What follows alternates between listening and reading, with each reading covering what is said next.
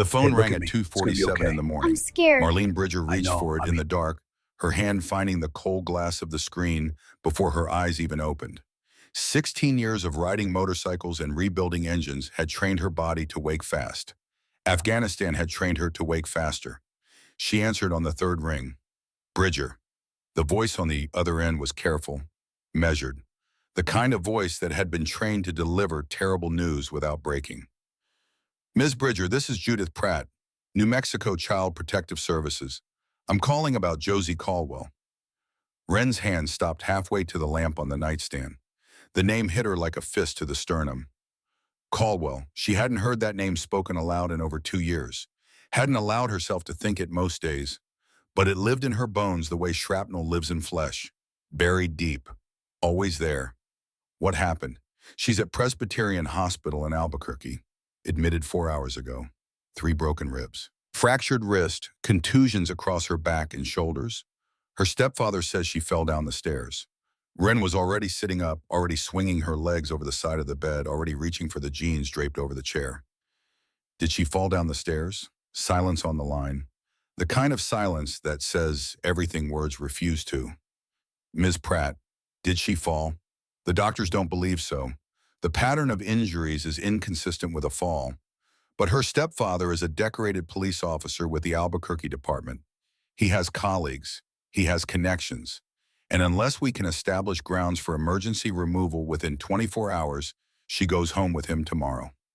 Wren stood in the dark bedroom, barefoot on cold tile, her reflection caught in the window glass. 50 years old, silver threading through dark hair she kept short enough to fit under a helmet, hands scarred from engine work and older things. Eyes that had seen men die in dust and heat, and had never quite lost the vigilance that comes from surviving what others didn't. How far, from Tucson to Albuquerque? How far? You're in Tucson, that's roughly 620 miles.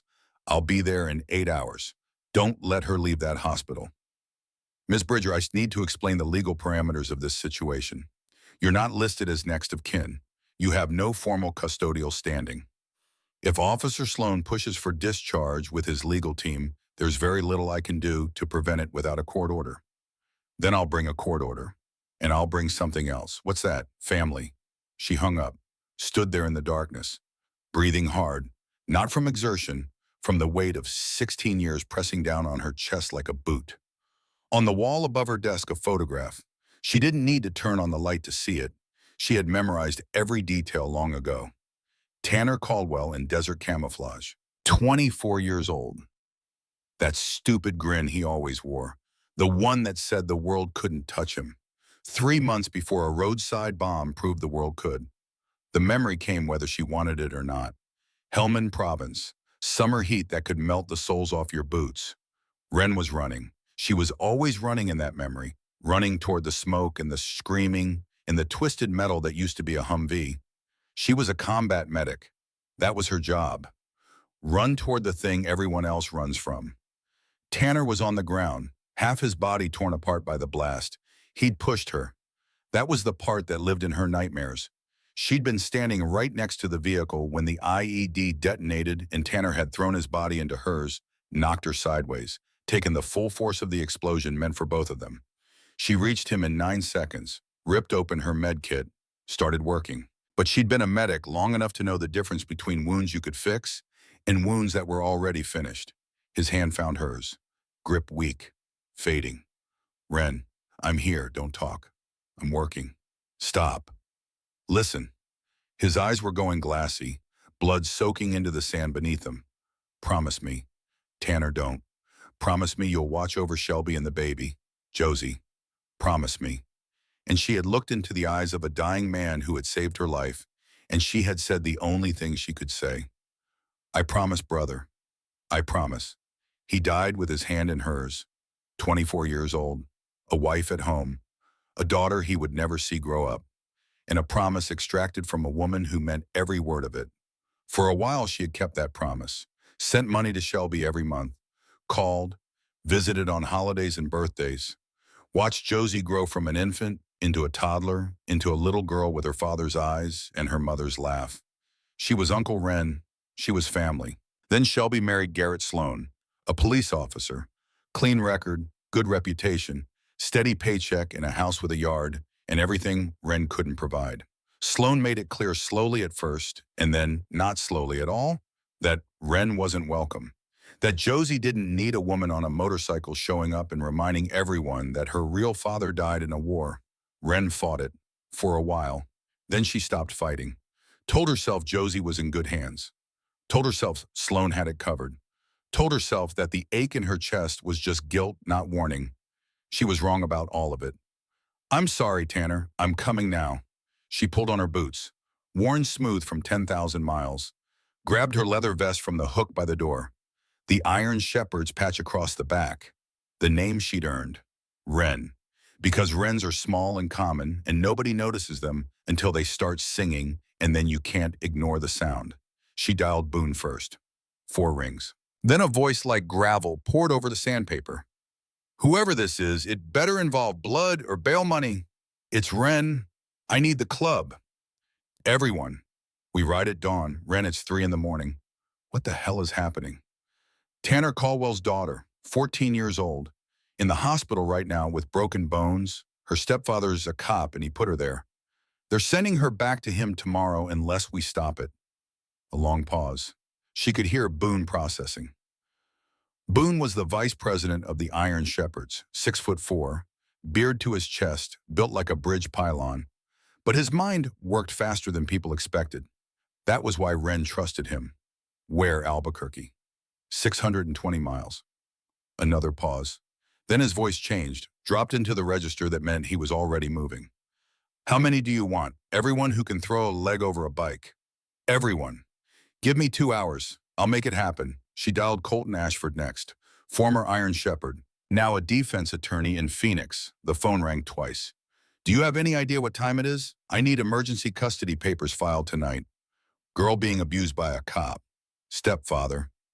"He's got connections in the department and a lawyer already on retainer. I need you to get in front of this before he buries it." The sleep cleared from Colton's voice like fog burning off asphalt. He was awake now. She could hear him reaching for a pen. "Give me everything." Wren laid it out in 90 seconds. Josie Caldwell, 14, 3 broken ribs, fractured wrist, contusions. Stepfather Garrett Sloan, Albuquerque PD, officer with commendations and a clean jacket. "I'll file electronically within the hour emergency petition for temporary guardianship under your name. But Wren, if this guy's connected the way you say he is, this won't be clean." "Cops protect their own. I don't need clean. I need her safe. I'm riding up. Meet me there. I'm leaving Phoenix in 20 minutes. And Wren, be careful. A cop with something to hide is more dangerous than a cop who's just mean." She called Cutter next, 73 years old, the oldest rider in the Iron Shepherds, the toughest man Wren had ever known. Former Marine, 3 tours, walked with a limp from a piece of shrapnel in his left knee that he refused to have removed because, as he put it, it was a conversation starter. "Someone better be dying," Cutter growled into the phone. "Tanner Caldwell's daughter, riding to get her at dawn. I need you." A beat of silence. When Cutter spoke again, his voice had changed. Softer, heavier. "I knew Tanner. Good soldier, good kid. Didn't deserve what happened to him. None of them did. Saddle up, girl. I'll see you in 2. How many we got?" "Everyone." Boone's rounding them up now. "Good. Tanner would have done the same for any of ours." She made 6 more calls after that. Every single one answered the same way. Different words, same meaning. "I'm in." Teachers and mechanics. A nurse and 2 construction workers. A retired firefighter. A woman who ran a feed store outside Tucson. That was what the Iron Shepherds were. Not outlaws, not a gang, just people who'd seen enough of the world to know that some promises outlast the people who make them. By 4:30 in the morning, Wren was geared up. She walked into the garage attached to her apartment. The apartment was small, 1 bedroom, kitchen barely big enough for 1 person. But the garage was something else. It was where she rebuilt cars and motorcycles. It was where she made her living. More than that, it was where she made sense of a world that had tried to break her more than once. Her Harley Road King waited in the shadows, black and chrome, built from scrap and stubbornness after she came home from Afghanistan with a purple heart and a head full of ghosts. She'd rebuilt the engine herself, replaced every gasket, every bearing, every seal. The bike was the one thing in her life she'd never let fall apart. She kicked it to life. The engine caught and roared. The sound filled the garage, bounced off the concrete walls, rattled the tools hanging on their hooks. One more ride, old girl. One more promise. By 5 in the morning, the truck stop parking lot on the south side of Tucson was filling up with motorcycles. The rumble of engines mixed with the cold desert air and the smell of exhaust and coffee and nervous energy. Headlights cut through the pre-dawn dark. Riders rolled in from every direction, some still pulling on their vests, some with thermoses in one hand and helmets in the other, some who had clearly not slept and didn't care. Boone saw her first. He was standing beside his bike in the center of the lot, his massive frame silhouetted against the fluorescent lights of the coast station. He raised a fist when Wren pulled in. "President's here." She killed her engine, dismounted, looked around, counted bikes. 40, 50, 60. Cutter rolled up on his trike, custom built because his bad knee wouldn't let him balance a standard bike anymore. But nothing on earth was going to keep him off the road. He pulled up beside Wren and killed the engine. "Told you she'd have her army." Renna walked over. The club's only other female rider. Trauma nurse at the VA hospital in Tucson. She joined the Iron Shepherds 3 years ago and had ridden more miles than half the men in the club combined. Short dark hair, steady eyes, the kind of calm that only comes from having seen the worst and learned to function through it. Boone told us, Tanner's daughter, broken ribs, cop stepfather. Yeah. Then we ride. Red came next.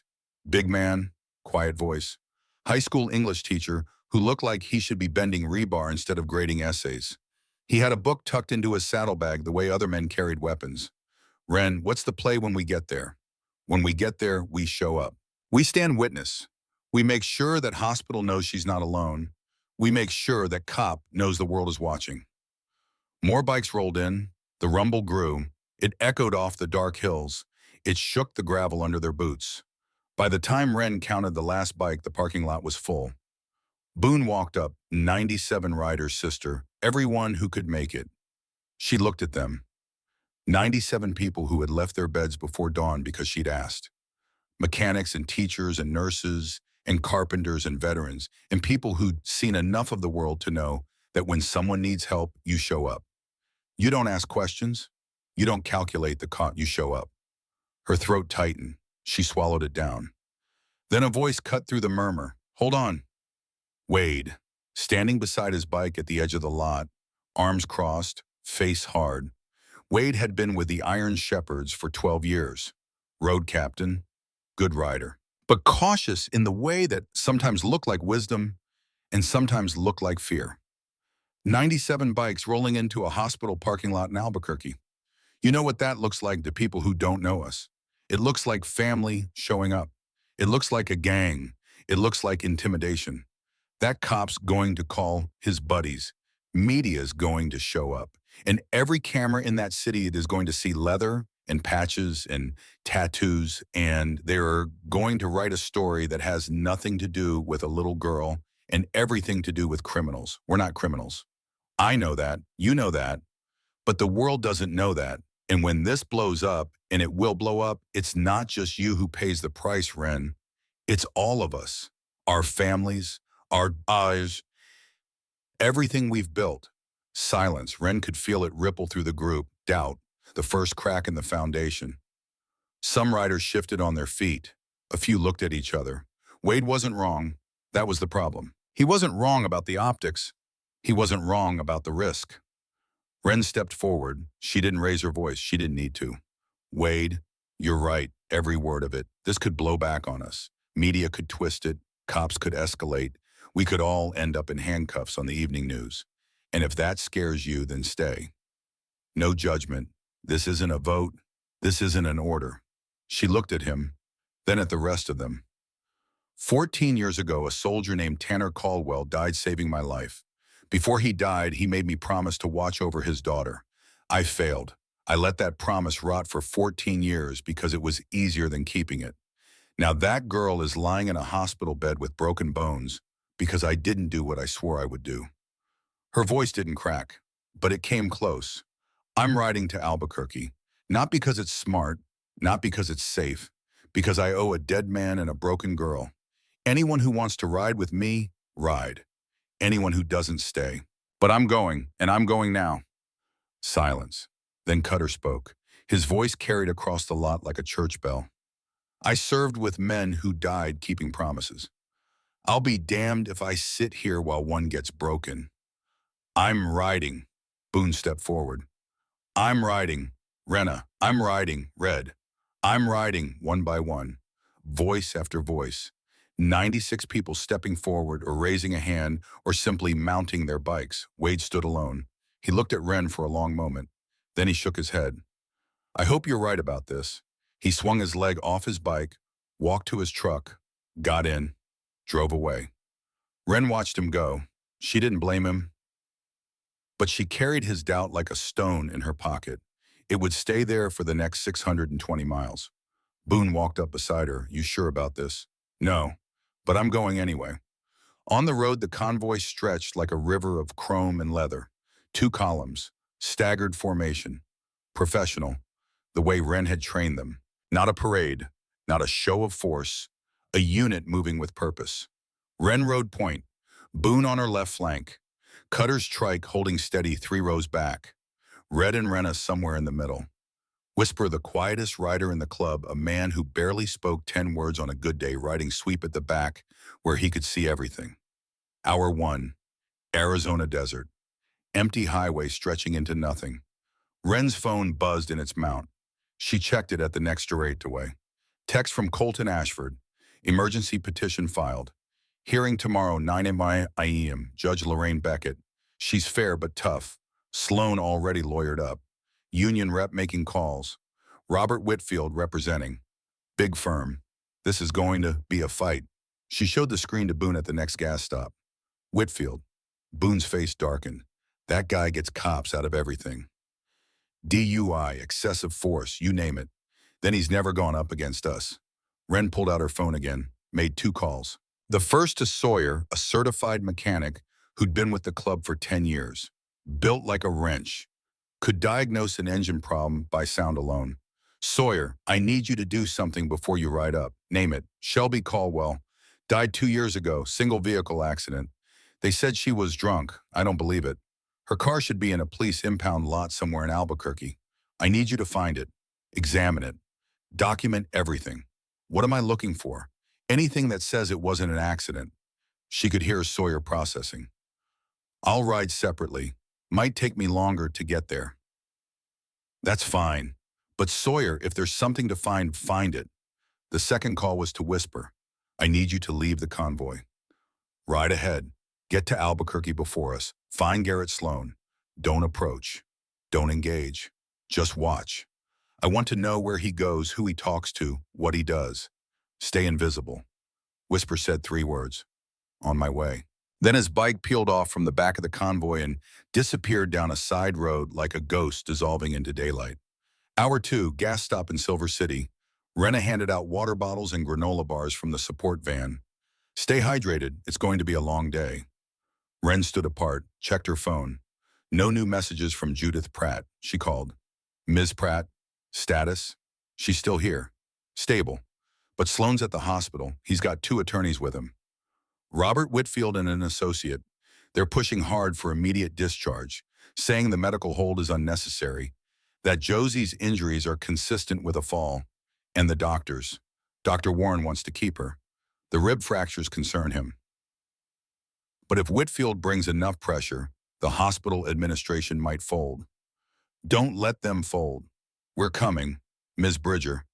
I need to ask, how many people are you bringing? Enough. That's not a number. 97. Dead silence. Ms. Pratt, Mrs. Bridger, if you bring 97 motorcycles to this hospital, every cop in the county is going to respond. This could escalate into something that hurts Josie more than it helps her. They're not a gang. They're a family, veterans, teachers, nurses. They rode 600 miles because a 14-year-old girl needs to know that someone gives a damn. We'll be there in 3 hours. Don't let them take her. She hung up. Boone found her by the edge of the parking lot. You good? No. What happens if we get there and they've already released her? Ren's jaw set. Then we find where Sloan took her and we go there. That's a line, Ren. I know exactly what line it is, and I'll cross it if I have to. But I'd rather not. I'd rather win this clean. Cutter limped over. You got a backup plan. Because cops don't like being embarrassed. Dirty cops especially. Colton's our backup. Legal pressure, public pressure. Sawyer's looking into Shelby's death. And if all of that fails, then we don't leave. We stay outside that hospital or that house or that courthouse until someone with power does the right thing. Renna approached with 2 fresh water bottles, handed one to Ren, took a drink from the other. They stood in silence for a moment. Can I tell you something, Ren? Go ahead. I was 7 years old the first time my stepfather hit me. He broke my arm, told the ER doctor I fell off the monkey bars. Everyone believed him because he wore a tie and had a firm handshake and smiled at the nurses. Nobody came for me. Not once. I waited for years for someone to show up, to notice, to care enough to do something. Nobody ever did. Rena's voice was steady, but her eyes were somewhere else, somewhere 30 years ago. That's why I'm here, because someone should have come for me, and nobody did. So I'll be the one who comes for her. Ren didn't say anything. She didn't need to. She just touched Rena's shoulder once, briefly. Then they mounted up. Red rode beside Boone for a stretch. Boone noticed the book in his saddlebag. You planning on reading to her or something? Red was quiet for a long time. Then he spoke and his voice was different, heavier. I had a student 3 years ago, 9th grade. Quiet kid, good writer, started missing class, started flinching when people got too close. I saw the signs. I knew what they meant, but I told myself it wasn't my place, that his parents were dealing with it, that I should mind my own business. He paused. He killed himself on a Tuesday, left a note that said nobody cared enough to help. I read that note at his memorial service, and I made myself a promise.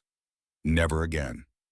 So yeah, Boone, I'm going to read to her if she wants, and I'm going to stand outside her door all night if that's what it takes, because I didn't show up for that kid, and I'm damn well showing up for this one. They rode on, hour 5, New Mexico border. The landscape shifted, redder, drier. The sky enormous overhead. Ren's phone rang. Judith Pratt, Ms. Bridger Morrison is escalating. His lawyers just demanded a meeting with the hospital administrator. They're threatening legal action if Josie isn't discharged within the hour. Stall them. We're 90 minutes out. I'm trying. Dr. Warren is holding firm on the medical observation, but the administrator is nervous. Whitfield has a reputation. Then let Whitfield know that 97 witnesses are about to arrive, and a defense attorney with an emergency custody petition. That should give the administrator something to be nervous about besides a lawsuit. She could hear Judith breathing. Processing. Please hurry. Hour 6, Albuquerque city limits. The sun was starting its descent. Golden light cut across the highway like a blade.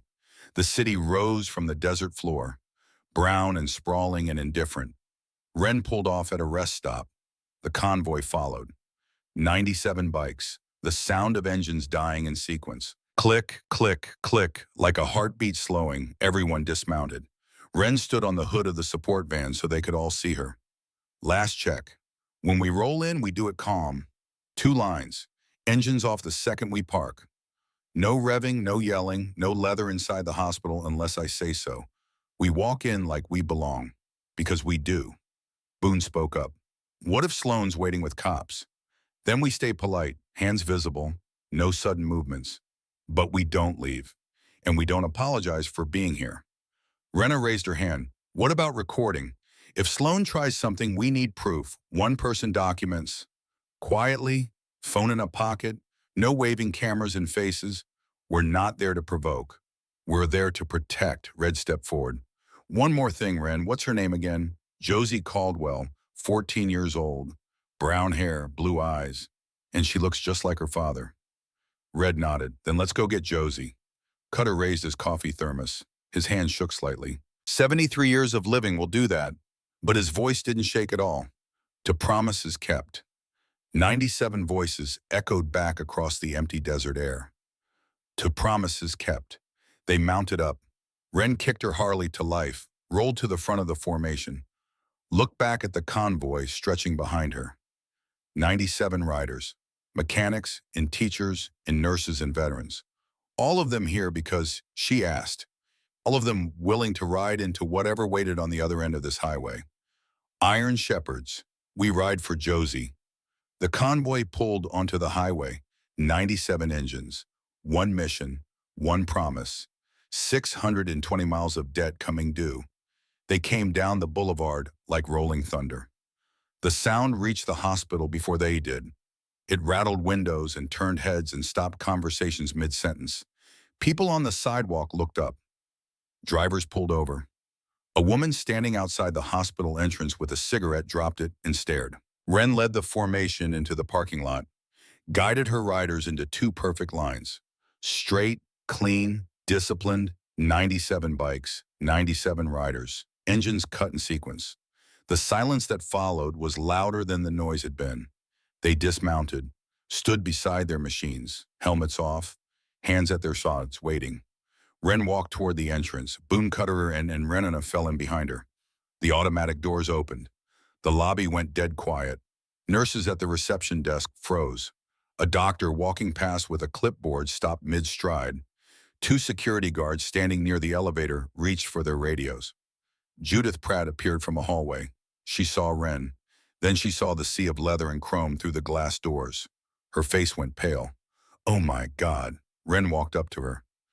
"Judith Pratt, I'm Marlene Bridger." "Where's Josie?" Judith's hands were trembling. "Third floor, room 314. But her stepfather is upstairs with his lawyers. They've been pressuring the staff all day. If they see you with this many people, it could trigger a confrontation. It could.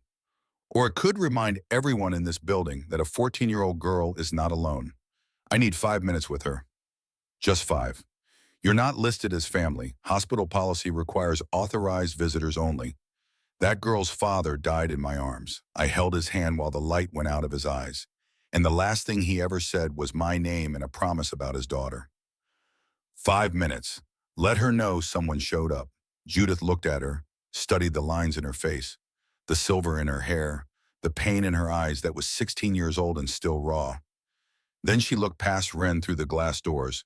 97 riders, silent, waiting.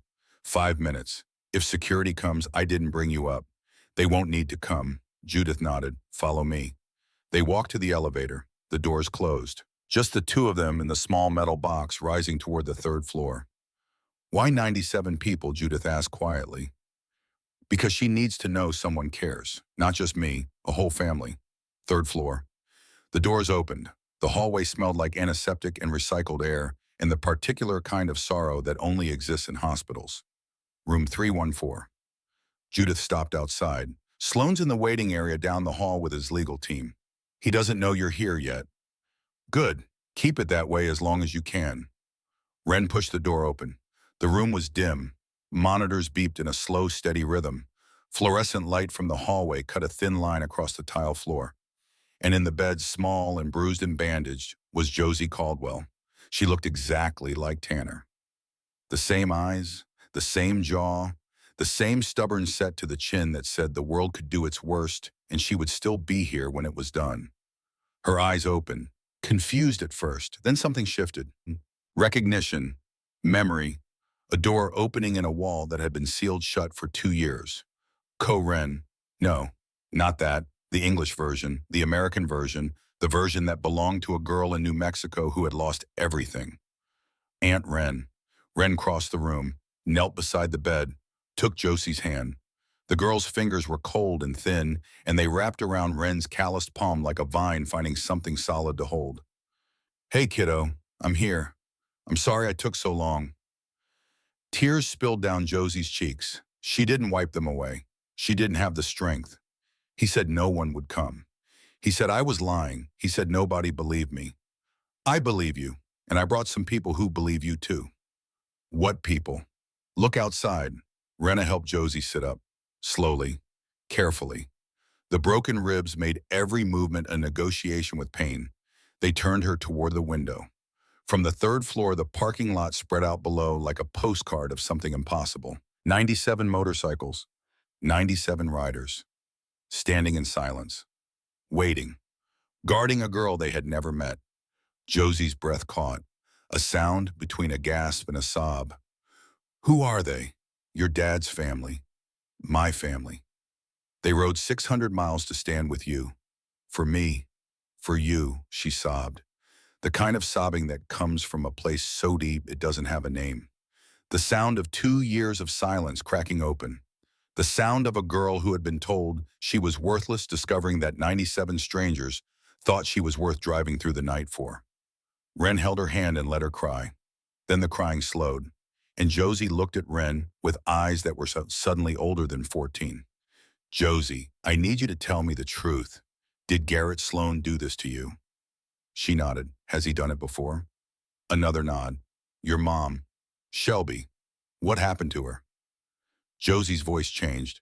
It went flat, cold. The voice of a child who had learned to push emotions so far down it couldn't reach the surface anymore. He killed her. The room contracted. The monitors beeped.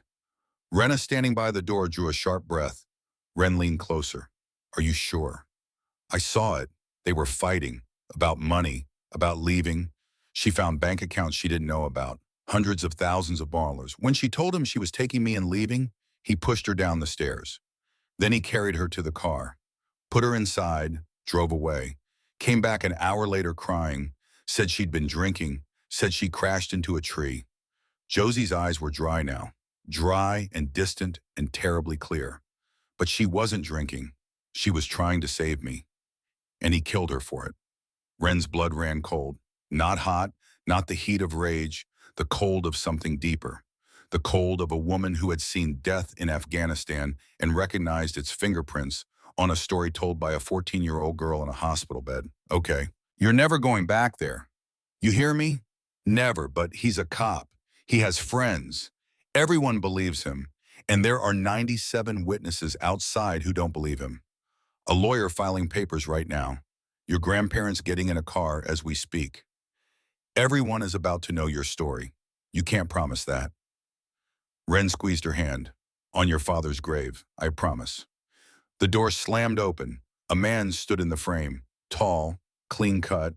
The kind of handsome that looked good on a department recruiting poster. Cold eyes. The kind of cold that doesn't come from weather. Garrett Sloan, in uniform. 2 men in suits flanking him. Who the hell are you and what are you doing with my daughter? Wren stood, slowly, placed herself between Sloan and the bed. She was shorter than him by 6 inches. She was 50 years old. She weighed 140 pounds. But she stood in that doorway like a wall. I'm the woman who made a promise to her father. Sloan's face twisted. Recognition. Contempt. Tanner's biker friend. The medic with the motorcycle club. I told you years ago to stay away from my family. She's not your family. She never was. One of the lawyers stepped forward. Ma'am, you have no legal standing here. Leave now or we'll have you removed from the premises. Wren didn't look at the lawyer. She looked at Sloan. Then she spoke 3 words. Check the window. Something in her tone made Sloan pause. He walked to the glass, looked down at the parking lot. His face went white. What the hell is this? That's family. Something you wouldn't know about. Sloan's hand moved toward his belt, toward his weapon. Reflex, habit. The gesture of a man who was used to having power and suddenly finding it insufficient. Don't, Wren's voice was ice. You pull that weapon in a room with an injured child and 97 witnesses watching through a window. Your career ends tonight.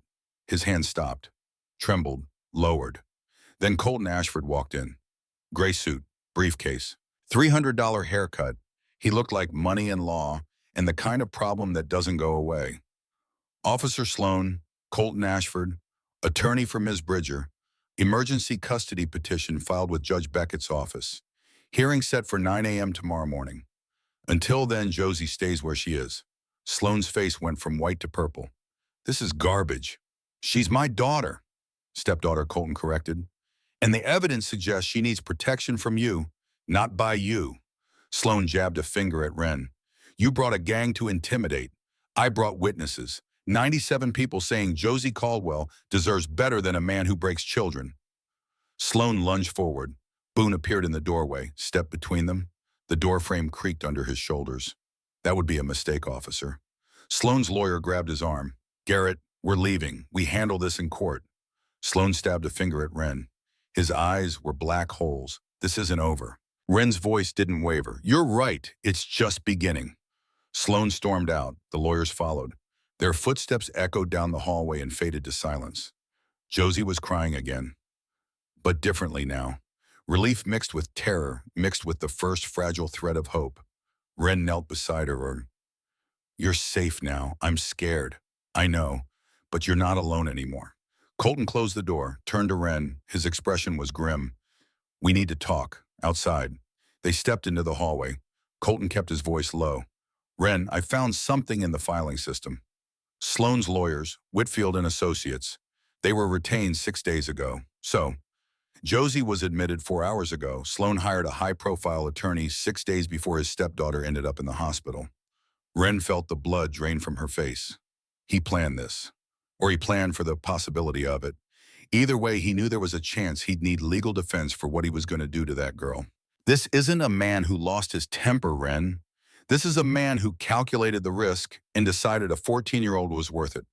The hallway was quiet. Fluorescent lights buzzed overhead. Somewhere down the corridor, a machine beeped and a nurse spoke softly. Wren looked at the closed door of room 314. Behind it, a girl with her father's eyes and her mother's courage was lying in a bed with broken bones, waiting for someone to keep a promise that was 16 years overdue.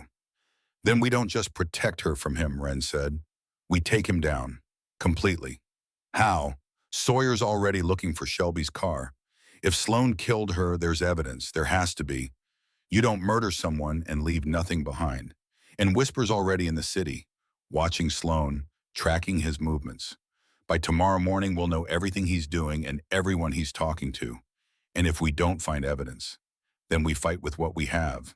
Josie's testimony, her injuries, the pattern of abuse. We fight and we keep fighting until she's safe. Colton studied her. You know this is going to get worse before it gets better. Everything worth doing does.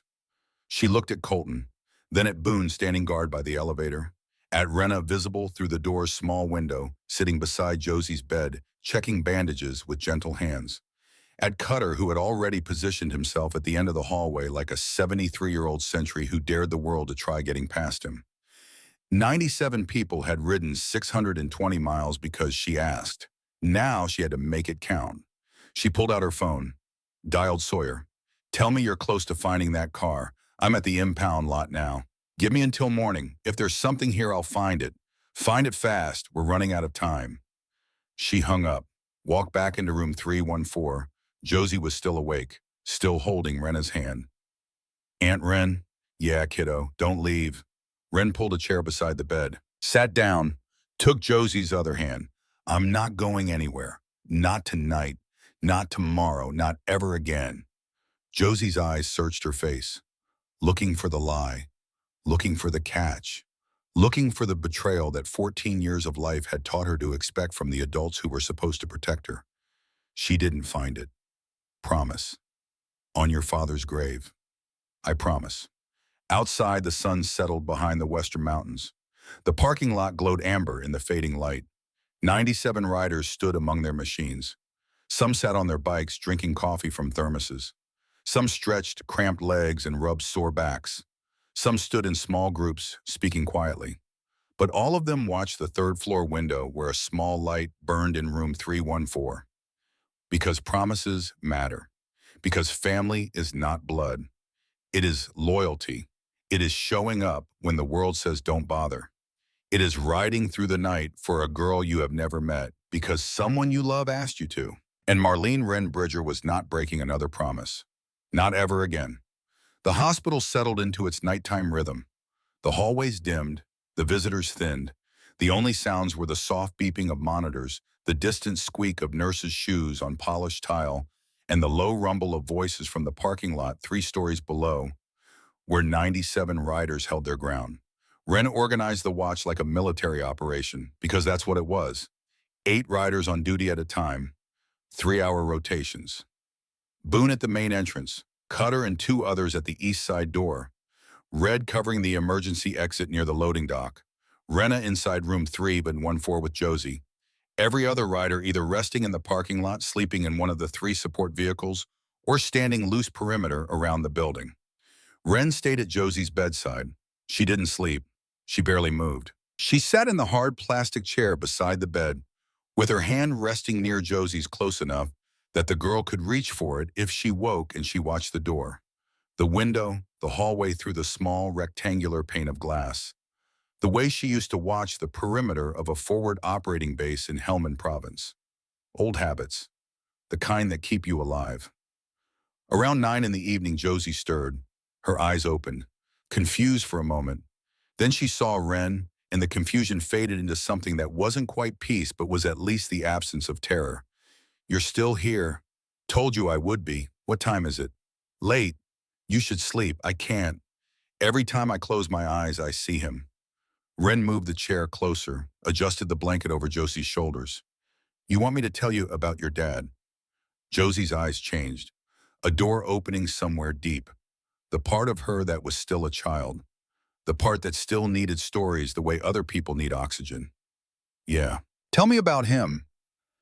Wren settled back, chose her words carefully, not because the truth needed editing, but because Josie deserved the best version of it, the version that honored who Tanner Caldwell really was. "Your dad was the kind of soldier who scared the hell out of his commanding officers. Not because he was reckless, because he was brave in a way that looked reckless if you didn't understand what was driving it. He never left anyone behind. That was his rule. If someone was wounded, if someone was pinned down, if someone was out there and needed help, your dad went and got them. Didn't matter what the order said. Didn't matter what the risk was." Josie pulled the blanket closer. "Was he big? Strong?" "Not especially. Average height, wiry. But he had this thing about him, this energy, like the air around him was charged. People wanted to follow him, not because he demanded it, because he made you believe that whatever you were walking into, you'd walk out of it together." "Did he ever talk about me?" "Every single day. He carried a photo of you in his helmet liner, right against his forehead, said it was his good luck charm, said as long as he could feel you close, nothing could touch him." Josie's voice cracked. "But something did touch him." "Yeah, something did." "What was he reading?" "When he was over there, you said he liked books. Lord of the Rings. He must have read it 4 times on that deployment. Dog-eared pages, sand in the binding. He said it reminded him that even in the darkest places there was still something worth fighting for. Still some kind of magic left in the world." "Do you believe that?" Wren looked at the girl, 14 years old, 3 broken ribs, a fractured wrist, a dead mother, a father who existed only in other people's memories. And she was asking a 50-year-old woman on a motorcycle whether magic was real. "I believe you're here, and I'm here, and 97 people are standing outside in the cold because they believe in something bigger than themselves. If that's not magic, it's close enough." Josie almost smiled, the ghost of one, there and gone before it could settle. "Aunt Wren, yeah, do you think my dad would be mad at you for not coming sooner?" "Yeah, kiddo, I think he'd be furious." A pause. Then Josie's voice smaller than before. "But would he forgive you if I make it right?" "Yeah, I think he would. Your dad understood something about people. That we fail, that we fall. But what matters is whether we get back up. Is that what you're doing? Getting back up. That's what I'm trying to do." Josie's eyes grew heavy. She was losing the fight against exhaustion. But she held on long enough to say one more thing. "I'm glad you came." Then she slept. Wren stayed in the chair, listening to the rhythm of the monitors, watching the door, carrying the weight. Renna came back at 10 with a blanket and 2 cups of coffee from the nurse's station. "You need to rest, Wren. You've been up since 3 in the morning. That's almost 20 hours. "Can't. Not until she's safe. You're no good to her exhausted. I'm no good to her asleep either. Not tonight." Renna sighed, draped the blanket over Wren's shoulders, pulled up a second chair. "Then I'll stay up with you." "You don't have to." "Yeah, I do. That's what family does." They sat in the quiet for a while. The hospital breathed around them. Machines humming, footsteps fading, the kind of deep silence that only exists between midnight and dawn when the world forgets to watch. At 11:45, Wren's phone buzzed. Text from an unknown number. "You made a big mistake. That girl is mine. Back off or this gets ugly." She showed it to Renna without expression. "That from Sloan. Has to be. He's threatening you. Let him." Every text is evidence. Every threat is another nail in his coffin. She screenshotted the message, forwarded it to Colton. Then she put the phone down and went back to watching the door. 12 minutes past midnight, Boone's voice came through her phone. Low, urgent. Ren, situation at the main entrance. 2 cops, uniforms, saying they've got a warrant for your arrest. Kidnapping charges. Ren's blood went cold. Not from fear, from recognition. She'd seen this play before. In Afghanistan, corrupt local police would forge documents to seize prisoners from military custody. Different country. Same tactic.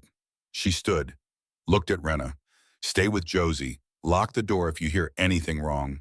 She walked quickly down the hallway to the elevator. 3rd floor to 1st. The doors opened on a lobby that was tense and electric. 2 uniformed officers stood at the reception desk. Young, one nervous, one trying not to be. Pemberton, the head of hospital security, stood between them and the elevator bank, looking deeply uncomfortable, Officers Wren said. Her voice was level, controlled. The voice she used to use in triage when everything was falling apart and the only thing holding the room together was her refusal to panic. One of the officers turned. He was holding a piece of paper. Ma'am, we have a warrant for your arrest. Kidnapping of a minor child. You need to come with us. Wren didn't move. Let me see the warrant. The officer held it out. Wren took it, read it slowly, carefully, the way Colton had taught her to read legal documents years ago. Look for the details, he'd said. The devil lives there. She found the devil in under 30 seconds.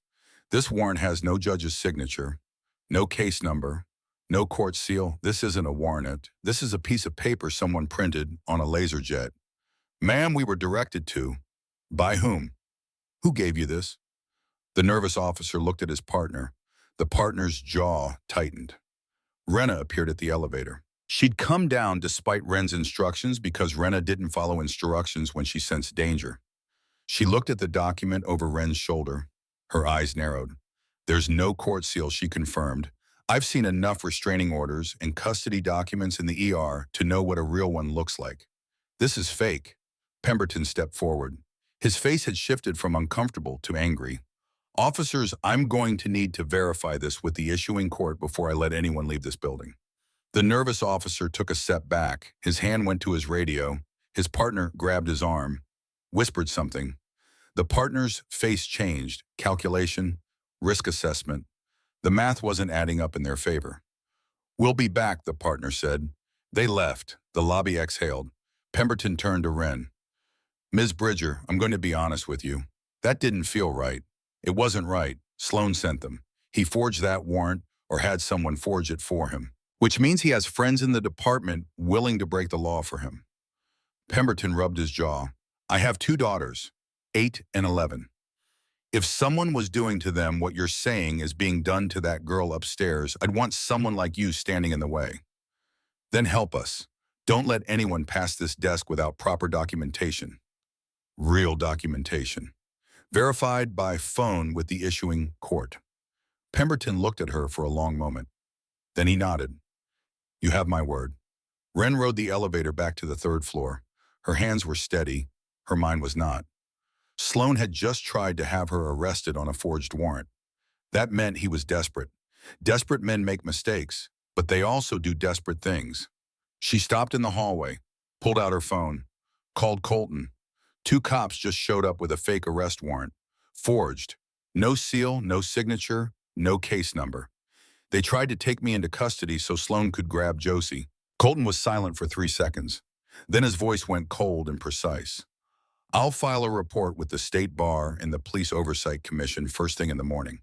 If we can identify those officers, they're looking at felony charges for presenting a forged warrant. But Wren, this tells us something important. That Sloan has people inside the department. That Sloan has people willing to commit crimes for him, which means we cannot trust any law enforcement response tonight. If more cops show up, we have no way of knowing if they're legitimate or if they're Sloan's people. I already figured that out. From now on, we trust nobody outside this group. And I want everything recorded, every interaction, every face, every badge number. She hung up, texted Boone. From now on, anyone in uniform approaches, I want a camera on them. Badge number, name unit. Record everything. Trust no one wearing a badge tonight. Copy that. She walked back into room 314. Josie was still asleep.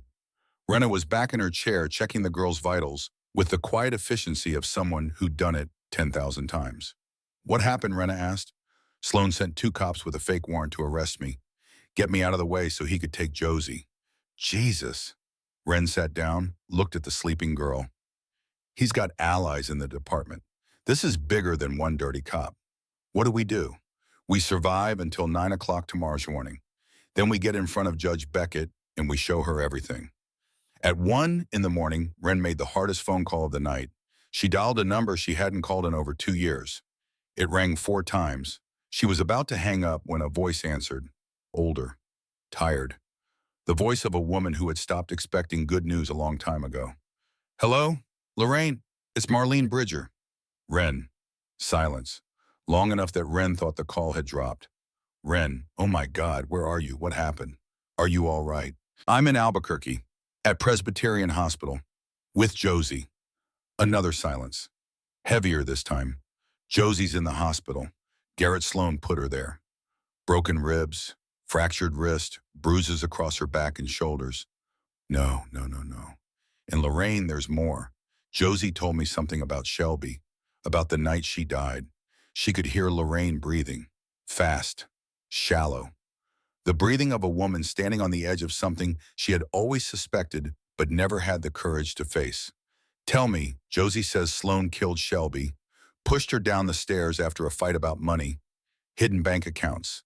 Then he put her in the car and drove it into a tree, staged it to look like a drunk driving accident. The sound that came through the phone was not quite a scream and not quite a sob. It was something in between. Something that comes from the deepest part of a mother's chest when the worst thing she ever feared is confirmed. I knew, oh God, I knew something was wrong. Shelby called me that night. That very night. She told me she'd found bank accounts she didn't know about. Hundreds of thousands of dollars. She said Garrett was furious. She said she was scared. She asked if Josie could come stay with us. And what did you tell her? I told her to call the police.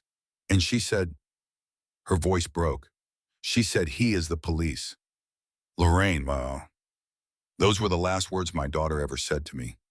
He is the police. And 2 hours later, she was dead. Ren closed her eyes, pressed her forehead against the cold wall of the hospital hallway. Lorraine, I need you and Holt to come to Albuquerque. Tonight. There's an emergency custody hearing at 9 in the morning. I need you to testify. Tell the judge about that phone call. Tell her about the bank accounts. Tell her about how Sloan cut you and Holt off from Josie. We'll be there. Ren, we tried. We tried so hard to stay in touch with Josie. We called every week. Drove to Albuquerque 3 times. Sloan always had an excuse. She was busy. She didn't want to see us. We should have pushed harder. We should have fought. We should have. Don't do that. Not now. There'll be time for guilt later. Right now, Josie needs her grandparents in that courtroom tomorrow morning. Can you make it? Holt's already putting on his boots. We'll drive through the night. Phoenix to Albuquerque. 5 hours. There was a pause. Then Lorraine's voice clearer now, steadier. The voice of a woman who had found something to do with 2 years of helpless rage.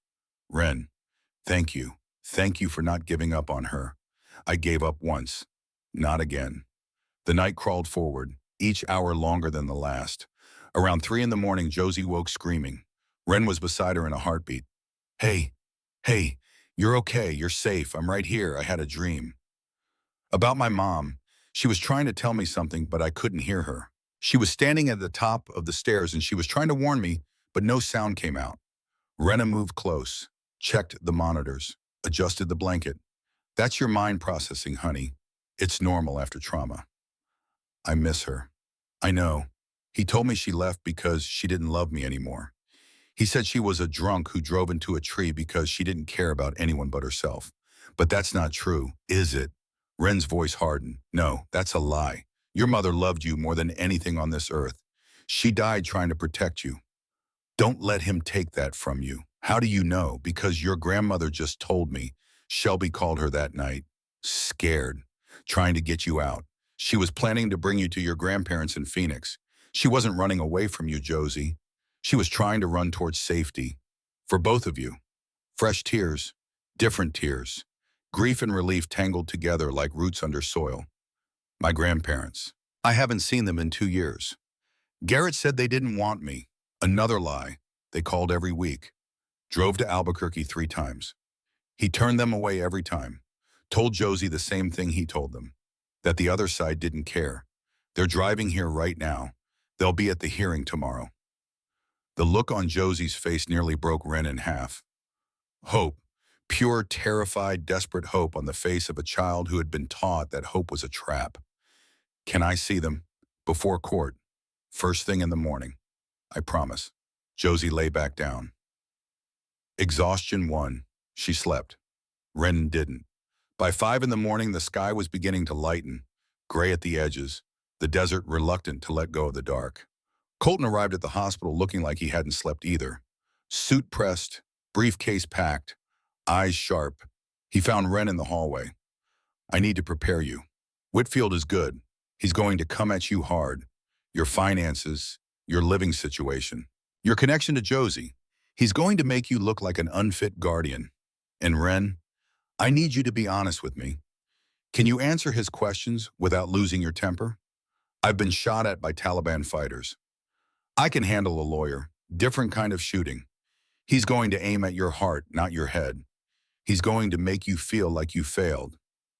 Because you did fail for 16 years, and he's going to use that. Ren said nothing. There's more. Whitfield filed a 40-page motion this morning. Character attack. He's compiled criminal records of Iron Shepherd's members. Bar fights, traffic violations. He's got photographs of tattoos.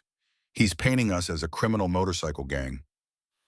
And he's painting you as the leader of it. No health insurance, no stable income, $3,000 in savings, and a 1-bedroom apartment above a garage. That's what I have. I'm not going to lie about it. I'm not asking you to lie. I'm asking you to be ready for how it's going to feel when Whitfield turns it into a weapon. At 6:30, Dr. Warren signed the discharge papers. Against medical advice, but the legal machinery was moving, and Josie needed to be at the courthouse. Lorraine and Holt Caldwell arrived at 7. They looked like they'd driven 5 hours through the dark, fueled by nothing but black coffee and grief. Lorraine was in her 60s, silver hair, eyes that had been crying and were done now, hands that wanted to hold something. Holt was older, weathered, former Army like his son. He walked into the hospital room and saw Josie, and his entire face collapsed. Grandpa. He crossed the room, put his hand on her head. Gentle. The way you touch something precious and broken. Your dad would be so proud of you, sweetheart. I miss him. Every day, darling, every single day. Lorraine pulled a bag from her shoulder, opened it, held up a simple blue dress. I brought something for you, something of your mother's, from when she was about your age. Josie's hands trembled as she took it. She changed in the bathroom with Lorraine's help. When she came out, she looked in the mirror and went very still. I look like her. Lorraine's voice broke. You look exactly like her. She's with you today, baby. She's with you every step. At 8 o'clock, they moved. Ren carried Josie down the hallway, not because Josie couldn't walk, but because walking hurt with 3 broken ribs, and because sometimes what a person needs more than anything is to be carried by someone strong enough to bear the weight. The lobby was packed, not just Iron Shepherds, hospital staff on their breaks, visitors who'd heard the story. Even Pemberton standing by the main door with his security team clearing a path. Ren stepped outside into the morning light and saw 2 things simultaneously. 40 Iron Shepherds motorcycles lined up in escort formation, engines, idling riders mounted and ready. And across the parking lot, Garrett Sloan. 20 cops in uniform standing behind him, arms crossed, faces hard. A wall of blue between the hospital and the street. Morrison's eyes locked on Ren, on Josie in her arms, his face contorted with rage. Keep walking, Ren said to the group behind her. They moved forward. Sloan stepped into their path. That's my daughter you're carrying. She's not yours. I said, put her down. Colton held up a document. Emergency Custody Authorization Officer Sloan, signed by Judge Beckett's clerk at midnight. We have legal standing. You don't. One of Sloan's cops stepped forward. Young officer. Nervous. Ma'am, you need to return the child. Read the document, Officer Colton said. Read it carefully. Then tell me whose side the law is on this morning. The cop took the paper. Read it, looked at Sloan. Something shifted in his expression. Sir, they are clear. We can't stop them. Sloan's face went dark. An older cop behind him, sergeant stripes on his sleeve, stepped forward. Garrett, this isn't the place. Let the judge handle it. You're making this worse. Sloan looked at the sergeant, then at the cameras. 3 news vans had appeared overnight. Reporters with microphones and cameramen positioning for shots. The whole world was watching. You're done, Bridger. You and your gang. Done. Wren looked at him. Josie's arms were around her neck. The girl was trembling. We'll see. They made it to the vehicles. Loaded Josie into Colton's car. Lorraine and Holt climbed in beside her. The convoy formed. 40 bikes. Tight escort. The drive to the courthouse took 12 minutes. By the time they arrived, the steps were crowded. Reporters, supporters, onlookers who had seen the story trending on social media, and cops. More cops than Wren had ever seen outside of a police convention. They walked up the courthouse steps. The Iron Shepherds formed 2 lines, an honor guard. 40 riders standing at attention as Josie passed between them. Cutter saluted first, then Boone, then Red. One by one, every rider raised a hand. Josie looked up at Wren. Why are they doing that? Because you're family, and family honors family. They entered the courthouse. Security waved them through. Up the elevator, 3rd floor, family court, Department 7, Judge Lorraine Beckett presiding. The courtroom was already full. Colton guided them to the plaintiff's armorable. Wren sat beside Josie, Lorraine and Holt behind them. Renna slipped into the gallery. Across the aisle, Garrett Sloan sat with his legal team.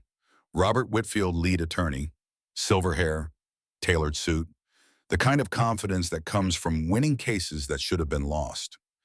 He leaned across the aisle to Ms. Bridger. Robert Whitfield. Nothing personal, just doing my job. Your job is defending a man who beats children. Whitfield's smile didn't flicker. Alleged. Let's let the judge decide. The bailiff stood. All rise. The Honorable Judge Lorraine Beckett presiding. Everyone stood. The judge entered. 60 years old, reading glasses, sharp eyes that missed nothing and forgave less. She sat, opened a folder. Be seated.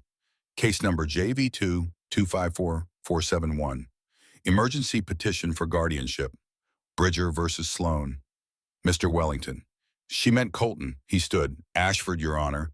Colton Ashford for the petitioner, and Mr. Whitfield for the respondent. That's correct, Your Honor.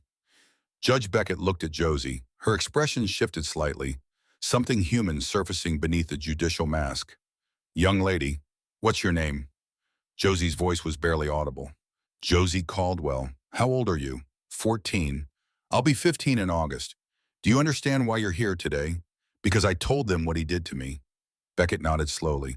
We're going to talk for a while. Ask some questions. I need you to be honest with me. Can you do that? Yes, ma'am. That's all I ask, mister. Ashford, call your first witness. The petitioner calls Marlene Bridger. Wren stood, walked to the witness stand. The bailiff held out a Bible. She placed her hand on it and swore to tell the truth, the whole truth, and nothing but the truth. Her hand was steady. Her heart was not. Colton approached. State your full name for the record. Marlene K. Bridger. What is your relationship to Josie Caldwell? I served with her father, Tanner Caldwell, in Afghanistan. I was a combat medic attached to his unit in Helmand Province. Before he died, he made me promise to watch over his wife and daughter. I'm Josie's godmother. And did you maintain contact with Josie after Tanner's death? Yes, for years. I sent money every month, called weekly, visited on birthdays and holidays.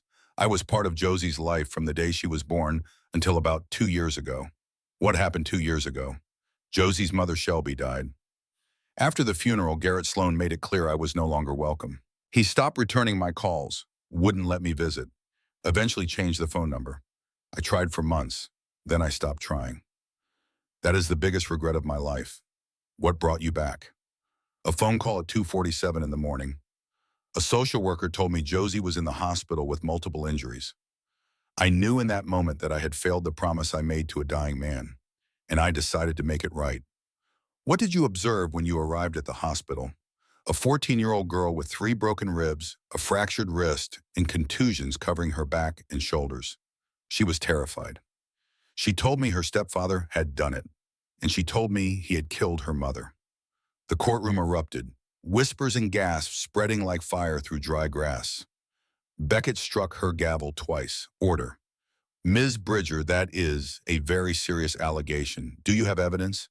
I have Josie's eyewitness testimony. I have investigators examining the vehicle involved in Shelby Caldwell's death. And I have Josie's grandmother who received a phone call from Shelby on the night she died expressing fear for her life. Whitfield rose. Objection, Your Honor. Shelby Caldwell's death was fully investigated and ruled accidental.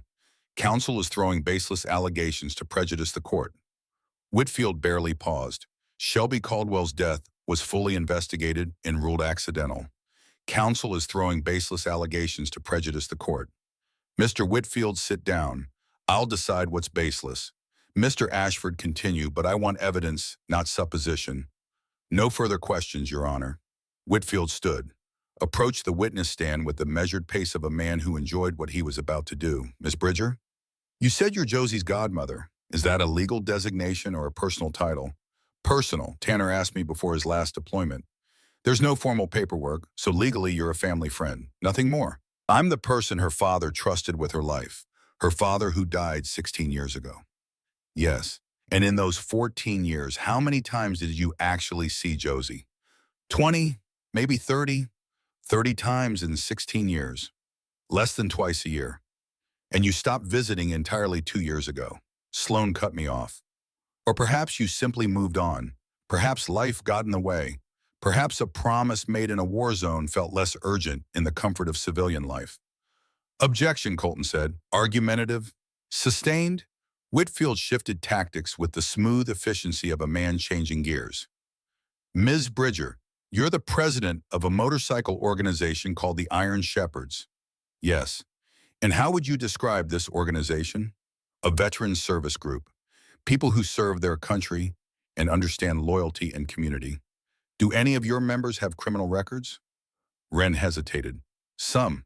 Minor things, traffic violations, a few altercations. A few altercations. You mean bar fights, assaults, no felonies, no violence against women or children, not ever. But criminal records nonetheless. And you thought bringing 97 people with this background to the hospital was an appropriate response to a custody concern. They're good people, are they? Or are they an intimidation force? Your personal army used to frighten hospital staff and obstruct law enforcement. We didn't intimidate anyone. We followed every rule, every instruction. Ms. Bridger, isn't it true that you run a small garage out of your apartment in Tucson? I rebuild cars and motorcycles. It's my livelihood. What's your annual income? It varies. Approximately 40,000, some years more, some years less. Do you have health insurance? No. Retirement savings? No. How much do you have in the bank right now? About $3,000. $3,000. And your home. A one-bedroom apartment above my garage. A one-bedroom apartment above a garage. No insurance, no savings, unstable income.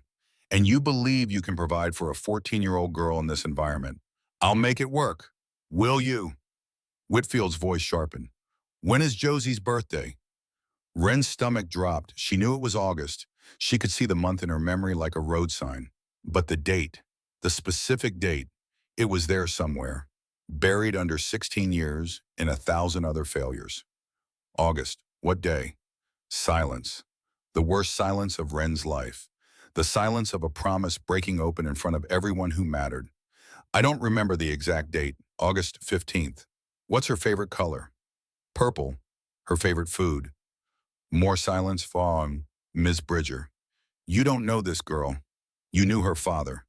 That is not the same thing. Wren's voice dropped low. I know she's not safe with Sloan. Based on what? Her word. She's a traumatized child who lost her mother 2 years ago. Children in crisis act out. They misremember events. They assign blame. That's not malice, it's psychology. She didn't make this up. How do you know? You weren't there. You haven't been there for years. You don't know her birthday. You don't know her favorite food. You can barely describe her daily life. And yet you want this court to uproot her from the only home she's known and place her with a virtual stranger. I'm not a stranger. I'm the person her father trusted. Her father trusted you 16 years ago, Miss Bridger. What have you done to earn that trust since, right? No answer. Because there was no answer. Because the truth was a blade, and Whitfield knew exactly where to place it. No further questions. Wren stepped down. Her legs carried her back to the plaintiff's table. She sat beside Josie. Her hands were shaking for the first time in years. Not from fear, from shame. Josie leaned over, whispered so quietly only Wren could hear. It's okay. I don't remember my birthday either sometimes. Wren almost broke, almost. But she held it, because the girl needed her to hold it. Colton stood. The petitioner calls Josie Caldwell. Josie's face went white. She stood slowly. Her legs shook. Lorraine squeezed her hand before letting go. You can do this, sweetheart, she whispered. Your mother was brave. You're her daughter. Josie walked to the witness stand the way a person walks towards something they know will hurt. The bailiff held out the Bible. Her hand trembled as she placed it on top. Do you swear to tell the truth, the whole truth, and nothing but the truth? I do. Judge Beckett leaned forward. Josie, I know this is difficult. Take your time. If you need a break, say so. Okay. Colton approached. Josie, can you tell the court what happened 2 nights ago? He came home late. He'd been drinking. I could smell it on him. He gets mean when he drinks. What happened next? He asked where dinner was. I told him I'd made spaghetti, but it was cold because he was 3 hours late. He said I was disrespectful, that I talked back too much. He said I was just like my mother. Her hands twisted in her lap. That's when I told him to stop talking about her. And he grabbed my arm, twisted it behind my back, said I needed to learn respect. I tried to pull away, and he shoved me into the kitchen table. I heard the crack, my ribs. Colton let the words settle. What happened after you fell? I couldn't breathe. I was crying. He stood over me and said if I told anyone, he'd say I fell down the stairs. That no one would believe me because he was a cop and I was just a kid. Then he left, went to his room. I lay on the floor for 2 hours before I could move enough to call 911 myself. You called 911 yourself. He didn't call for help. No, he didn't care if I died. Has Garrett Sloan hurt you before that night? Yes, a lot, since my mom died. He slapped me for getting a B on a test, locked me in my room for a whole day because I asked to see my grandparents, broke my phone when he found out I tried to call Aunt Wren, and he told me every day that I was worthless, that my mom left because of me, that I ruined his life.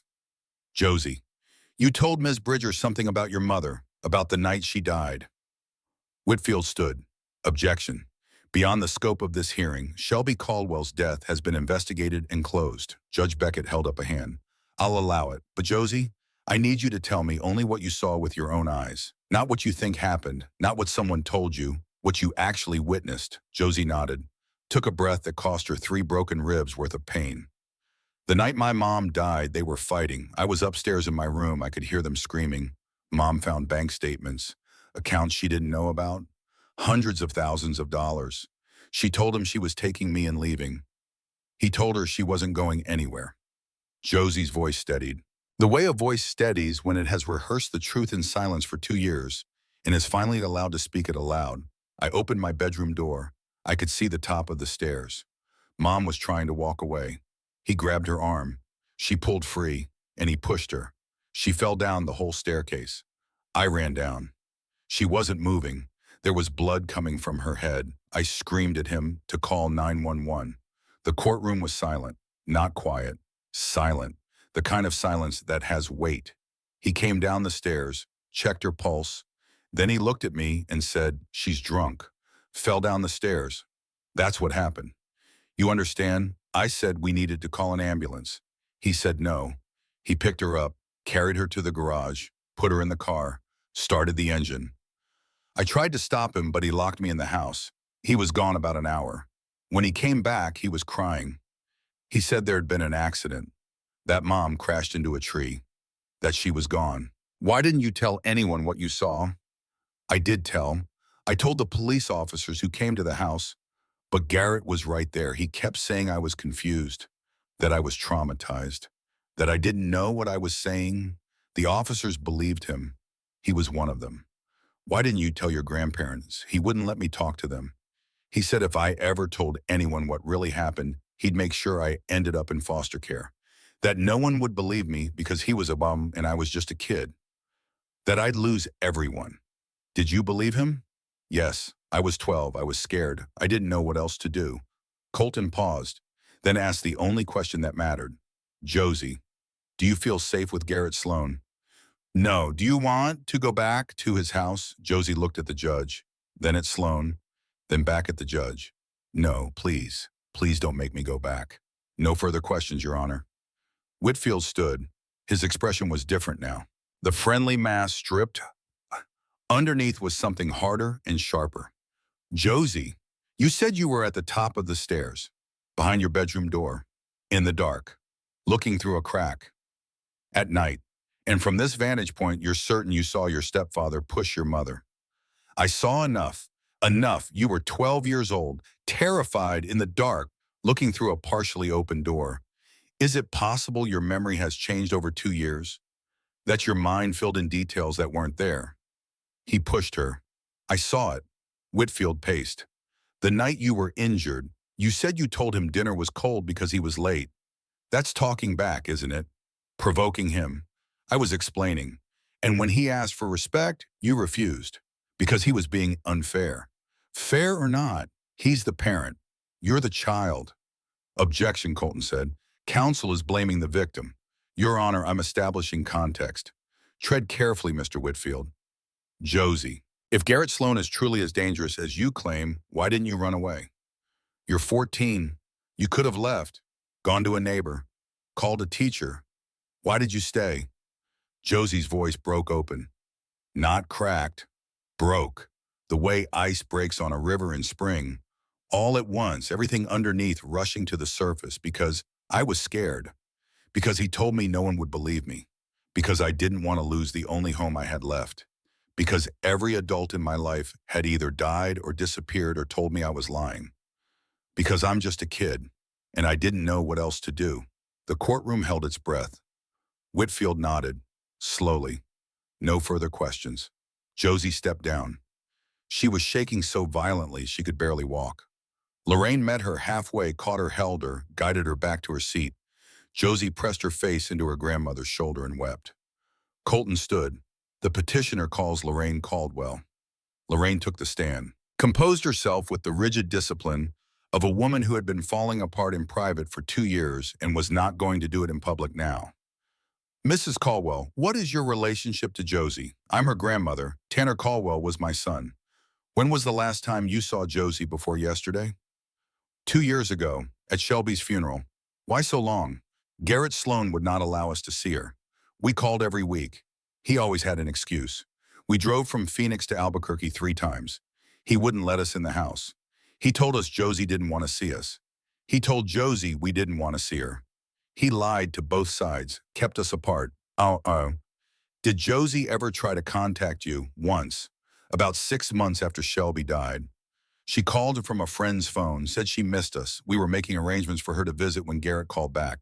Furious, said we were interfering, that we needed to respect his boundaries. After that, the call stopped completely. Mrs.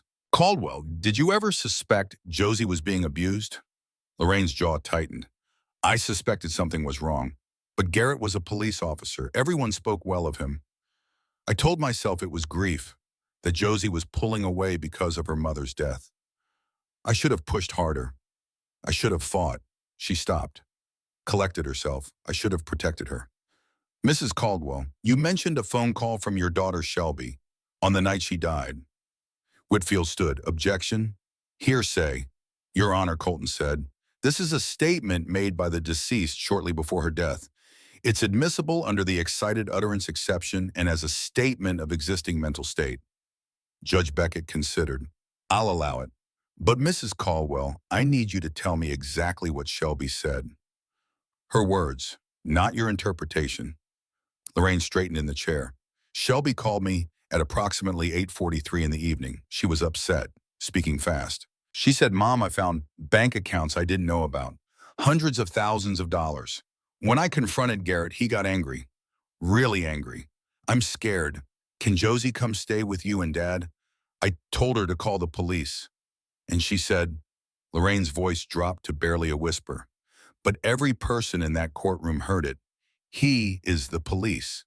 The room erupted, not with gasps this time, with something deeper, the sound a room makes when the floor drops out from under it. Sloan was on his feet. That's a lie. She never said that. This is character assassination. This is. Judge Beckett's gavel came down like a gunshot. Officer Sloan, sit down. She's making it up. My wife never. Sit down. One more outburst and I will hold you in contempt. Do you understand me? Whitfield grabbed Sloan's arm, pulled him into his seat, whispered urgently. Sloan's face was crimson, veins standing in his neck, his hands gripping the table edge until his knuckles went white. Beckett looked at Lorraine. Mrs. Caldwell, do you have phone records to verify this call? Yes, Your Honor, I brought them. Holt stood, walked forward with a folder, handed it to the bailiff. The bailiff passed it to the judge. Beckett examined the documents. Her expression didn't change, but her eyes stayed on the paper for a long time. This shows a 7-minute call from Shelby Caldwell's cell phone to your cell phone at 8:43 p.m. on the night of her death. She looked at Whitfield. Your client's official statement says Shelby was intoxicated that evening. Heavily intoxicated, is that correct? That's correct, Your Honor. In my experience, Mr. Whitfield, heavily intoxicated people do not make coherent 7-minute phone calls detailing financial fraud and expressing specific fears for their safety. Whitfield's composure cracked for the first time. Just a hairline fracture. But it was there. Your Honor, we don't know the content of that call. Mrs. Caldwell's testimony is her interpretation. Her interpretation is all we have, since Shelby Caldwell is dead. Continue, Mr. Ashford. Mrs. Caldwell, if Josie were placed in Miss Bridger's custody, would you support that arrangement? Absolutely. Wren is a good woman. Tanner trusted her with his life. We trust her with Josie's. No further questions. Whitfield declined to cross-examine. A rare strategic retreat. Probably because he knew that attacking a grieving grandmother on camera would cost him more than whatever he might gain. Judge Beckett checked the clock on the wall. It's 11:45. We'll break for lunch. Back at 1 o'clock. Mr. Ashford, you mentioned evidence regarding Shelby Caldwell's vehicle. I expect that witness ready when we resume. Yes, Your Honor. Court is in recess. Everyone stood. Sloan stormed out with his legal team. The door slammed behind him hard enough to echo. Wren sat in the plaintiff's chair. Her body felt like it weighed 1,000 pounds. Whitfield had torn her apart on the stand, made her look like exactly what she feared she was. A woman who had broken a promise and was trying to buy forgiveness with a dramatic gesture 16 years too late. But Josie had been magnificent, terrified and shaking and barely able to speak above a whisper. But she had told the truth with a clarity that no cross-examination could erase. And Lorraine's testimony had landed like a bomb. He is the police. 5 words. That was all it took to change the temperature of the entire courtroom. Colton found her in the hallway. How are you holding up? I've been better. How bad was my testimony? It wasn't great. Whitfield did what Whitfield does. But Wren Josie's testimony was devastating. And Lorraine's phone records are hard to argue away. We're still in this. We need Sawyer. If he doesn't have something on that car, we might not have enough. I know. She pulled out her phone. Called Sawyer. Talk to me. I'm 30 minutes out. And Wren, yeah, I found something. Something big. How big? Big enough to change everything. Get here. Fast. You testify at 1 o'clock. She hung up. Looked at Colton. Sawyer's coming. He found something. What? He didn't say, but he said it was big enough to change everything. If it proves Shelby's death wasn't an accident, this case flips. Sloan goes from custody respondent to murder suspect. That's what I'm counting on. They walked to the conference room where Josie sat with her grandparents. Rena was there making sure the girl ate something. A sandwich sat untouched on a napkin. I'm not hungry. You need to eat, Rena said. Court isn't over. Wren knelt beside her. You were incredible in there, Josie. You were brave. Your dad would be proud. Josie looked at her. Those eyes, Tanner's eyes. What happens now? Now we wait for one more witness, someone who's been examining your mom's car. If he found what I think he found, Garrett Sloan is never going to hurt anyone again. Josie's hand found Wren's, held tight, and if he didn't find anything. Then we fight with what we have, and we keep fighting. However long it takes, because you are never going back to that house, not as long as I'm breathing. Josie looked at her grandmother. At her grandfather. At Rena. At the iron shepherds visible through the conference room window standing in the courthouse hallway like sentinels carved from leather and loyalty. Then she looked back at Ren. I believe you. 3 words, small and quiet, and worth more than anything Ren had ever been given in her entire life. Outside the courthouse, the sun climbed toward noon. Somewhere on the highway, Sawyer was driving fast. In a conference room, a girl ate half a sandwich because the people around her refused to let her give up. In the courtroom, a judge reviewed phone records and medical reports and thought about what justice looked like when the system designed to provide it was the same system that had failed. And in the parking lot, 97 motorcycles waited. Silent, patient, ready for whatever came next. Because promises are not words, they are actions. And the hardest part of keeping a promise is not the grand gesture. It is the long wait between the gesture and the moment when it finally matters. 1 o'clock was coming, and with it, the truth. At 12:53, 7 minutes before court resumed, Sawyer walked through the courthouse doors. He looked like a man who had spent the night in a junkyard because that is exactly what he had done. Grease under his fingernails, dust on his boots, a laptop bag over one shoulder and a manila folder thick with photographs in his left hand. His eyes were bloodshot but sharp. The eyes of a man carrying something heavy and important and ready to set it down in front of the right people. Ren met him in the hallway outside Department 7. Tell me. Sawyer opened the folder, pulled out a photograph, 8 by 10, high resolution, a close-up of a brake line on a 2013 Honda Accord. Shelby Caldwell's car has been sitting in the Albuquerque Police impound lot for 2 years. Nobody touched it after the accident investigation closed. It was scheduled for auction next month. I got access by telling the lot supervisor I was doing an independent safety inspection for an insurance claim. He didn't ask many questions. And Sawyer pointed to a section of the brake line in the photograph. The image was clear. Even someone with no mechanical knowledge could see it. A clean cut, not a tear, not a rupture from wear or age or road damage. A deliberate incision made with a sharp blade halfway through the hydraulic line. Someone cut the brake line partially. Not all the way through, just enough that under normal driving conditions the hydraulic fluid would leak out gradually. The driver wouldn't notice anything wrong for the first few miles. Brakes would feel soft, then softer, then nothing. By the time she hit any real speed or needed to stop suddenly, there'd be zero braking power. At highway speed, that's fatal. Colton leaned in, studied the photograph. You can prove this was deliberate. Not wear and tear, not road debris. Sawyer pulled out 3 more photographs. Different angles. Magnified. The cut is too clean, too precise. There's no fraying at the edges which you'd see with a tear from vibration or impact. No discoloration pattern consistent with gradual corrosion failure. This was done with a blade, a utility knife or a box cutter. And see this, he pointed to a faint ring of discoloration around the cut. That's oxidation, corrosion that formed after the cut was made. Based on the environmental conditions in Albuquerque and the rate of oxidation on exposed hydraulic steel, I'd estimate this cut was made 4 to 6 hours before the crash. Not days, not weeks, hours. Ren stared at the photographs. The images were sharp and damning, and they told a story that was 2 years old and had been waiting in a junkyard for someone to come and read it. Someone cut that line knowing Shelby would drive that night.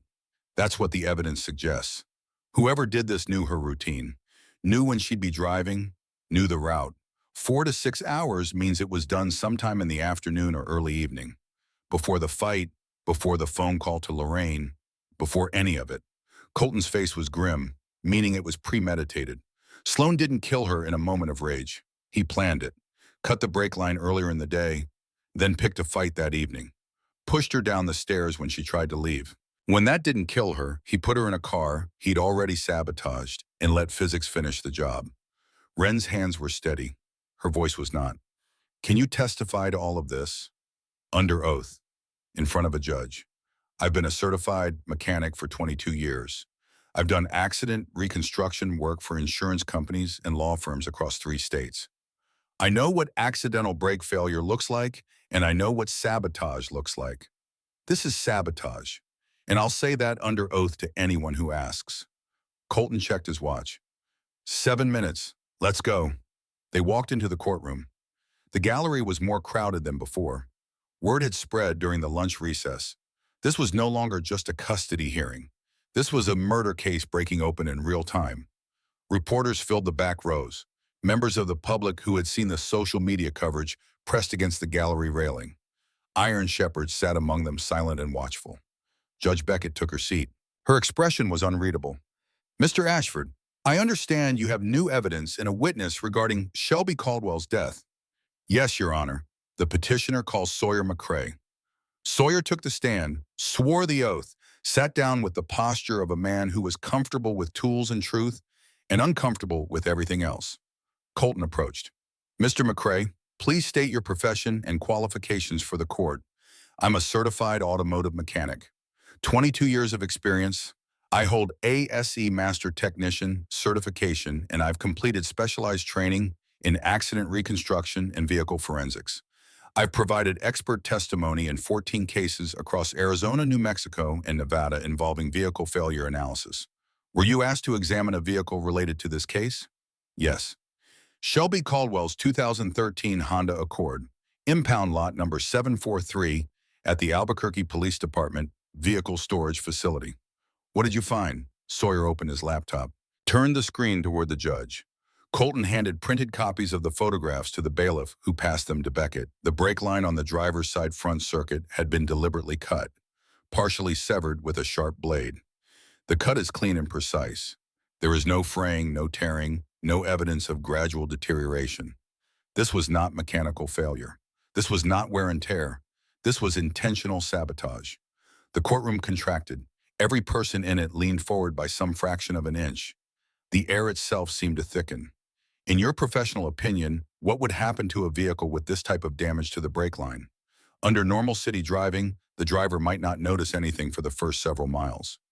Brake pedal would feel slightly soft, easy to dismiss. But as hydraulic fluid leaked through the severed line, braking pressure would decrease progressively. At highway speed, within approximately 5 to 8 miles, the brakes would fail completely. The driver would have no ability to stop the vehicle. Could this damage have been caused by normal wear? Road debris, an accident prior to the crash? No, the cut is too clean, too precise. Road debris creates jagged tears with irregular edges. Wear creates thinning and eventual rupture with visible corrosion patterns. This is a straight incision made by a blade. I've examined hundreds of brake line failures in my career. I know the difference. How long before the crash was this cut made? Based on the oxidation pattern around the cut, the environmental conditions at the impound lot, and the rate of corrosion on exposed hydraulic steel, I estimate the cut was made approximately 4 to 6 hours before the crash occurred. Colton let that settle. 4 to 6 hours, meaning the sabotage was done well in advance. This was not an impulsive act. Objection. Whitfield was on his feet. Counsel is testifying, drawing conclusions that are beyond the scope of the witness's expertise. The witness is a certified accident reconstruction expert with 22 years of experience, Your Honor. His conclusions are well within his professional qualifications. Judge Beckett looked at the photographs for a long moment. Overruled. Continue. No further questions, Your Honor. Whitfield stood. His composure was intact but thinner now, the polish starting to show the wood beneath. "Mr. McCrae, you said the brake line was cut. Can you determine who cut it?" "No." "Can you place my client anywhere near that vehicle on the day of the accident?" "Number. So for all anyone in this courtroom knows, someone else could have tampered with that vehicle. A stranger, an enemy, someone with a grudge against Shelby Caldwell." "It's theoretically possible." "Theoretically possible." Whitfield repeated the words slowly, as if savoring them. "So you cannot say with any certainty that Garrett Sloan was responsible for this damage?" "I can say the damage was deliberate. I can say it was done hours before the crash. And I can say that whoever did it knew Shelby Caldwell would be driving that vehicle that evening. But you cannot name the person who did it." "No, that's not my job. My job is to analyze the vehicle. And the vehicle tells me someone wanted Shelby Caldwell dead." Whitfield stiffened. "Move to strike. The witness is speculating about intent." Judge Beckett shook her head. "The witness is stating a professional conclusion based on physical evidence. It stands. Anything else, Mr. Whitfield?" No further questions. Sawyer stepped down, walked back to the gallery, sat beside Boone, who clapped him once on the shoulder without a word. Judge Beckett removed her reading glasses, set them on the bench, folded her hands. The courtroom waited. This is a great deal of information to process, Mr. Ashford. Have you contacted law enforcement about this new evidence? We're prepared to do so immediately, Your Honor. We will be filing a formal request with the New Mexico State Police to reopen the investigation into Shelby Caldwell's death. See that you do. Because if what Mr. McCrae has testified to is accurate, we are talking about something far more serious than a custody dispute. We are talking about homicide. She turned her gaze to Garrett Sloan, the full weight of the bench behind her eyes. Officer Sloan, stand. He stood. His face had lost all color. The confidence that had carried him into the courtroom that morning was gone. In its place was something raw and cornered. Officer Sloan, I want to be very clear about what I'm about to say. I am not a criminal court. I do not have jurisdiction to charge you with murder. That is for the district attorney and a grand jury to determine. But I do have jurisdiction over the safety and welfare of Josie Caldwell. And based on the testimony I have heard today, the medical evidence of abuse, the eyewitness account of domestic violence, the phone records indicating your wife feared for her life on the night she died, and the expert testimony suggesting her vehicle was deliberately sabotaged, I cannot in good conscience return this child to your care. Your Honor, I didn't. I am not finished. The courtroom was silent, absolutely silent. The kind of silence that exists in the center of a storm. Effective immediately, I am granting temporary emergency custody of Josie Caldwell to Marlene Bridger. You are prohibited from any contact with Josie except through court-approved, supervised visitation, which I am not inclined to grant at this time. A full custody hearing will be scheduled within 30 days. Until then, Josie remains with Ms. Bridger. The gavel came down. A single strike, final as a door closing. Josie broke, not apart, open. The dam she had built over 2 years of silence and fear and loneliness cracked, and the tears came flooding through.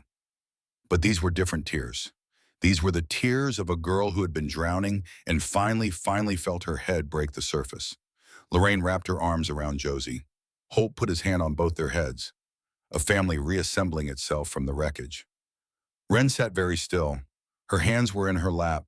Her eyes were closed.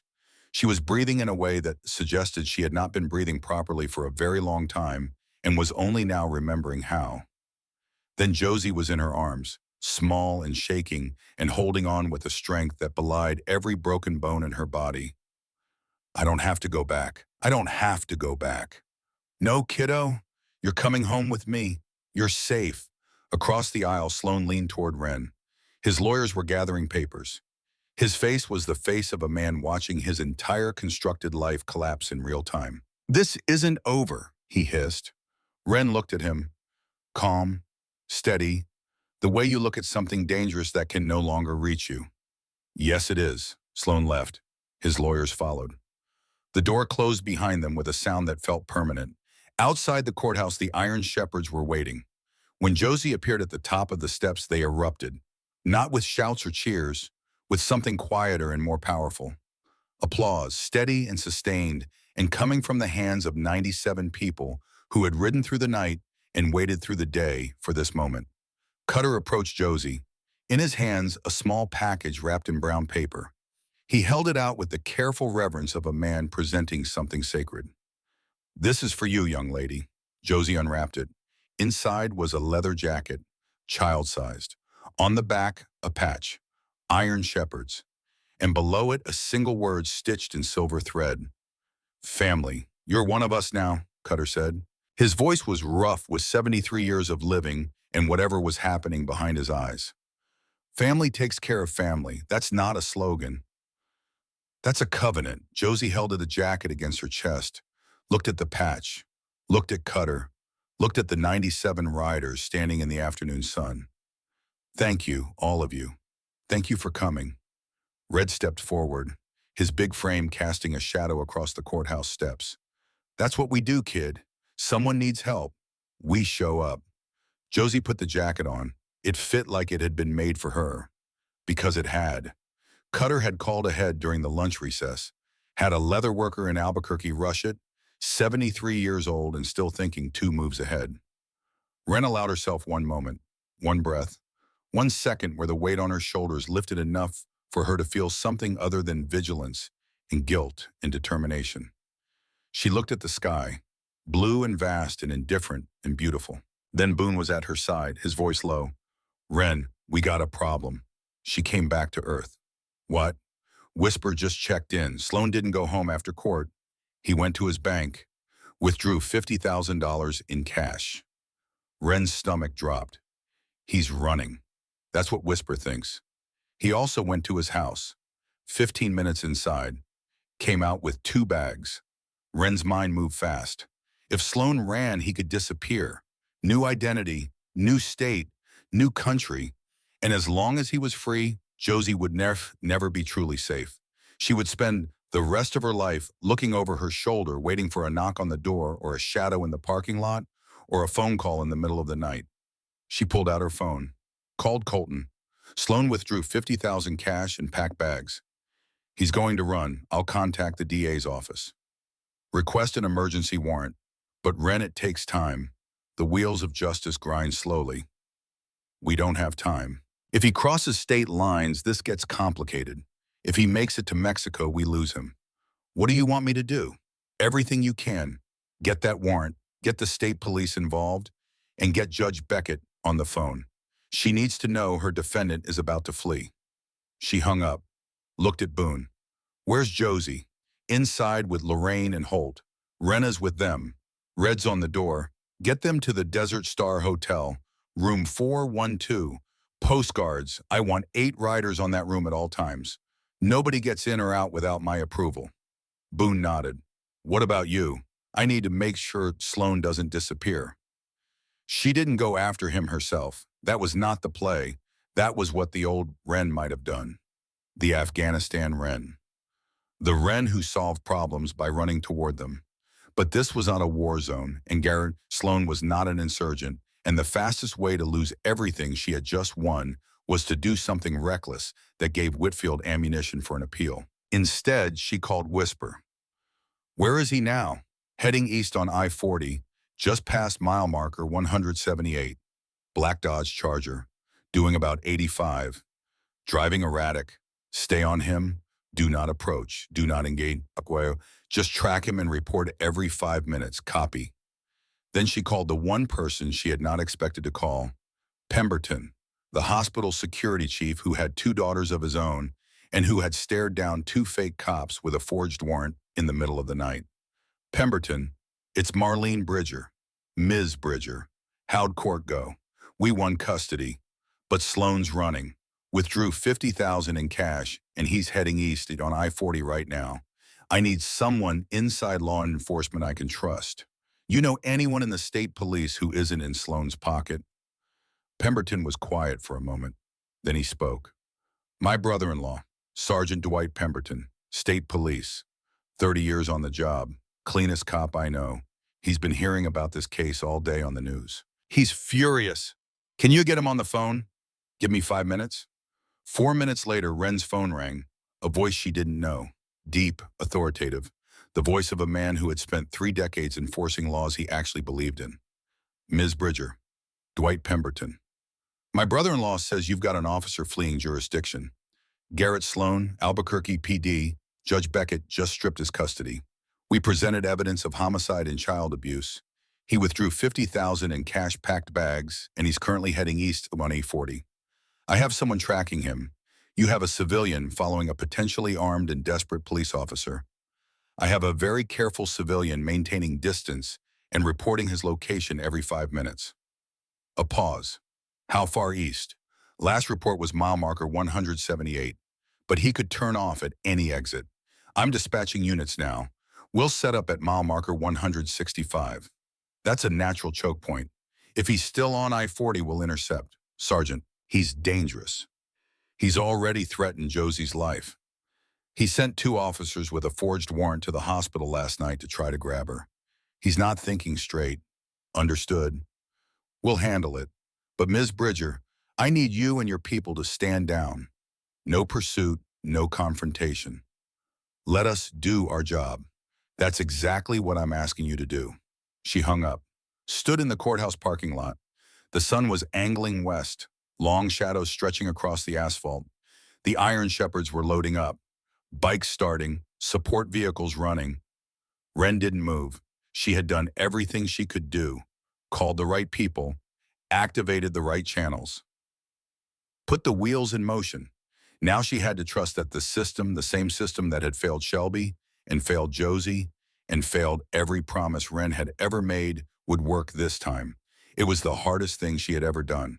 Harder than Afghanistan, harder than riding 620 miles through the night, harder than sitting in a witness chair while Whitfield cut her open, standing still, waiting, trusting. She drove to the Desert Star Hotel, room 412. Josie was inside with Rain and Holt. Renna was checking vitals. Red stood outside the door like a mountain that had been placed there by geology and had no intention of moving. Inside, Josie was sitting on the bed. She'd eaten half a sandwich and drunk a glass of water. The color was returning to her face. Not much, but some.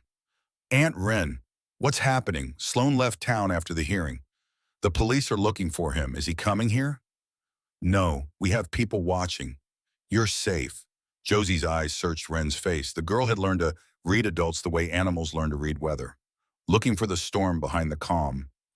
You're worried. I'm careful. There's a difference. The hours passed. The sun moved across the sky. Wren sat in the room with Josie and tried to be present and calm and reassuring while her phone buzzed every 5 minutes with updates from Whisper. 5:15 p.m. He took exit 184, heading south on Route 41, desert roads. 5:22 p.m. He stopped. Dirt road off Route 41, just sitting in his car, engine running. 5:31 p.m. He's on the phone, animated, angry. 5:38 p.m. He's moving again. Back toward A40, heading west now. Wren's blood chilled, west. Back toward Albuquerque. She texted Whisper, stay on him. Do not lose him. Then she called Sergeant Pemberton. He turned around. He's heading west now, back toward Albuquerque. Pemberton's voice tightened. Understood. We're repositioning. Roadblock at mile marker 165 westbound. He won't get through. But Sloan never reached the roadblock. At 6:07 p.m. Wren's phone rang. Whisper's voice. Calm as always. But underneath the calm, something electric. Wren. He stopped again. He's parked outside a house in the Northeast Heights, residential neighborhood. He's been sitting in his car for 10 minutes. Whose house? I ran the address. It belongs to Officer Dale Kendrick. Albuquerque PD, same precinct as Sloan. He's meeting with a cop, an ally. That's what I thought. But Wren, he just got back in his car, and there's someone with him now, Kendrick. In uniform, they're driving together. Where? Toward downtown, toward the Desert Star Hotel district. Wren's heart stopped, then it restarted at twice the speed. She stood up from the chair. Josie looked at her. The girl could read the change in Wren's posture the way a deer reads the snap of a twig. What's wrong? Nothing. Stay here with your grandparents. Wren locked the door. She stepped into the hallway. Red was there. So were two other Iron Shepherds. She spoke quietly and quickly. Sloan is heading this way. He's got a cop with him, probably planning another fake warrant or some story about a new court order to get past us and grab Josie. Nobody gets through this door. Nobody. I don't care if they're wearing a badge. I don't care if they've got a piece of paper. Unless Colton Ashford personally verifies it by phone with the issuing court, that door stays locked. She pulled out her phone, dialed Colton. Sloan's heading to the hotel. He's got a cop with them. I need you to be ready. If anyone presents a document claiming authority to take Josie, I'm calling you to verify. If it's real, we comply. If it's fake, I'm recording everything and sending it to Sergeant Pemberton. I'm already in my car, 10 minutes away. Then she dialed Pemberton. Sloan is heading toward the Desert Star Hotel with Officer Dale Kendrick. I believe they're going to attempt to take Josie using false legal pretenses. I need state police units at this location. They're on the way, 15 minutes. We might not have 15 minutes. Then stall them. Keep it calm, keep it legal, and record everything. She hung up, looked at Red. Whatever happens, nobody touches anybody. No fists, no threats. We document, we delay. We stay between them and that door. Understood. Red nodded. His jaw was set. His eyes were clear. Understood. At 6:23 p.m., the elevator at the end of the fourth-floor hallway opened. Two men stepped out. Garrett Sloan in civilian clothes and Officer Dale Kendrick in full uniform. They walked toward room 412 with the stride of men who expected the path to be clear. It was not clear. Red stood in the center of the hallway. Two iron shepherds flanked him. They didn't speak. They didn't move. They simply existed in the space between Sloan and the door, immovable and implacable. Sloan stopped. Get out of the way. Red didn't respond. He looked at Sloan the way a cliff face looks at the ocean. Unmoved, unimpressed, patient. Kendrick stepped forward, held up a piece of paper. I have a court order requiring the immediate transfer of Josie Caldwell to Officer Sloan's custody. A new ruling from Judge Beckett, signed 30 minutes ago. Wren stepped out of the stairwell behind them, phone in hand, camera recording. She had come up the stairs while they were focused on the elevator. That's interesting, Officer Kendrick. Because I have Judge Beckett's clerk on the line right now. She didn't. Not yet. But she was dialing. Kendrick's face flickered. Sloan's didn't.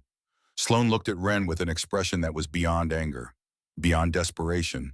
It was the face of a man who had run out of moves and knew it but couldn't stop playing. Wren's phone connected. This is Colton Ashford.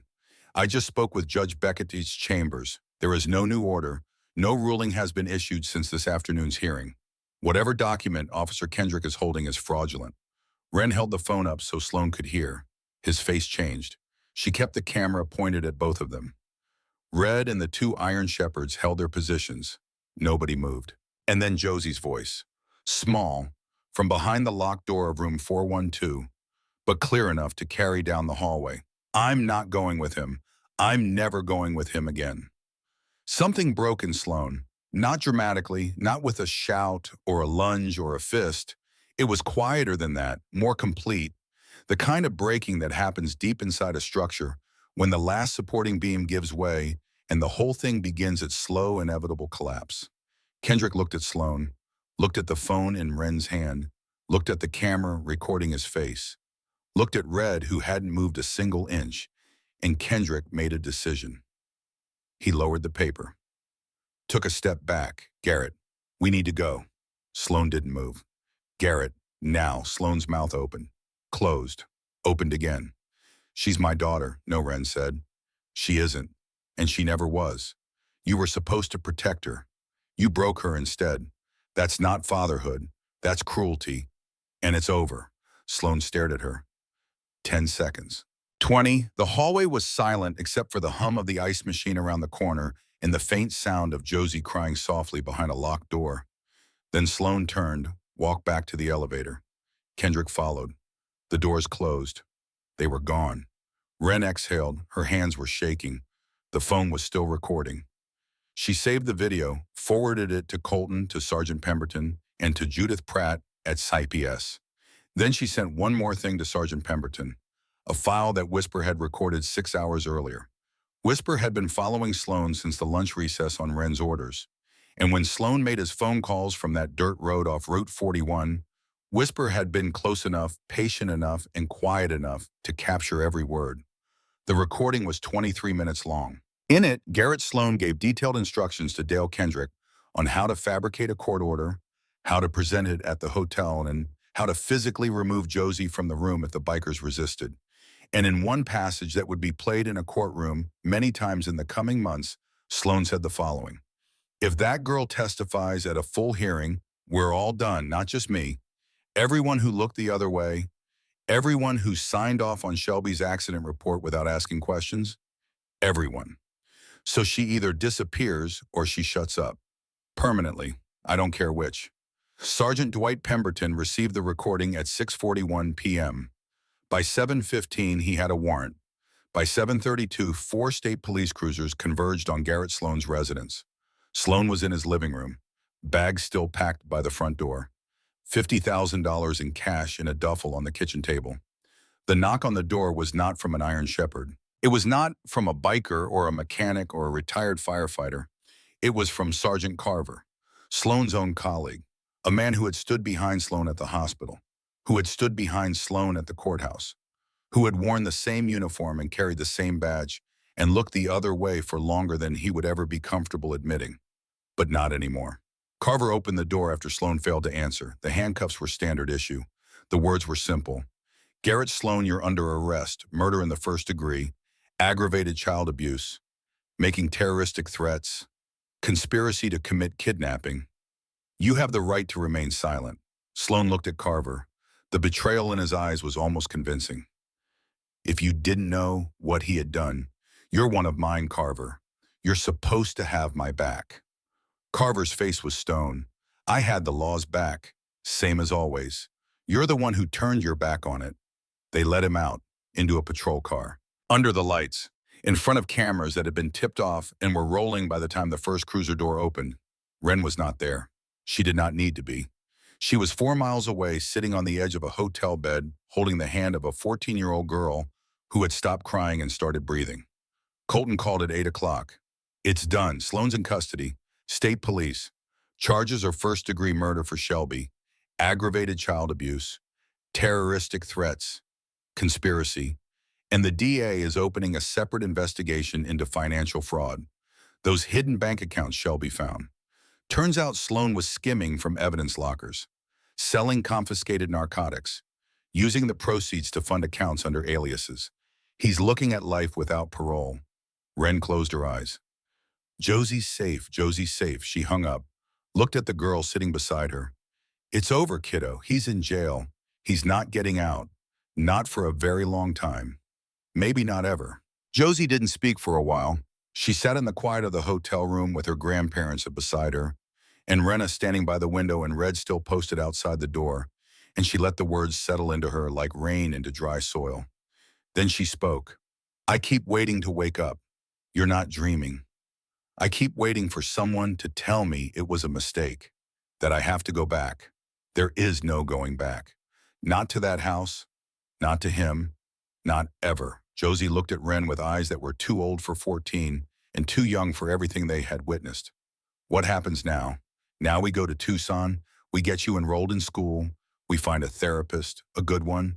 We figure out how to be a family, you and me and you and your grandparents, and Renna, and Cutter, and Red, and Boone, and 97 other people who will drop everything if you need them. What about my room? You said you had a 1-bedroom apartment. We'll figure it out. Might need a bigger place. Cutter's already volunteering to help with renovations. Red says he'll tutor you in English. Renna offered to do weekly check-ins, medical and otherwise. Why? Josie's voice cracked. Why would they do all that? They don't even know me.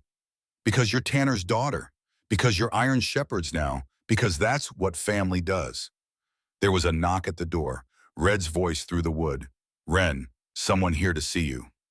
Ren opened the door. Standing in the hallway, uncomfortable and uncertain and holding a small leather jacket, was Wade. He looked at Ren, then past her at Josie on the bed, then back at Ren. He held out the jacket. It was child-sized, brand new, an Iron Shepherd's patch on the back. He must have driven to Albuquerque after all. Must have been here for hours, waiting, watching from a distance, working up the courage to do what he should have done from the start. I was wrong, he said. His voice was rough, stripped of everything except honesty. You were right, and that girl in there deserved better than my cowardice. Ren took the jacket, looked at it, looked at Wade. She didn't say I told you so. She didn't say anything sharp or righteous or satisfying. She just nodded. Once. Come in, meet her. Wade walked into the room. He knelt beside the bed, held out his hand to Josie. My name's Wade. I ride with your Aunt Ren. I should have been here from the start. I'm sorry I wasn't. Josie shook his hand. It's okay. You're here now. Wade almost broke. Almost. Ren saw it in the way his jaw tightened and his eyes went bright. But he held it together the way men of his generation hold things together. With stubbornness and silence and the quiet knowledge that falling apart is a luxury he couldn't afford in front of a child. He stood, nodded to Ren, walked out. The evening settled. Lorraine ordered food from the hotel restaurant. Josie ate an entire plate, the first full meal she'd had in 2 days. Holt sat in the corner chair with his arms crossed and his eyes on the door and his jaw set at an angle that said he was prepared to sit in that exact position for the rest of his natural life if that's what it took. Around 9 o'clock, Rena convinced Ren to sleep. 2 hours. That's all I'm asking.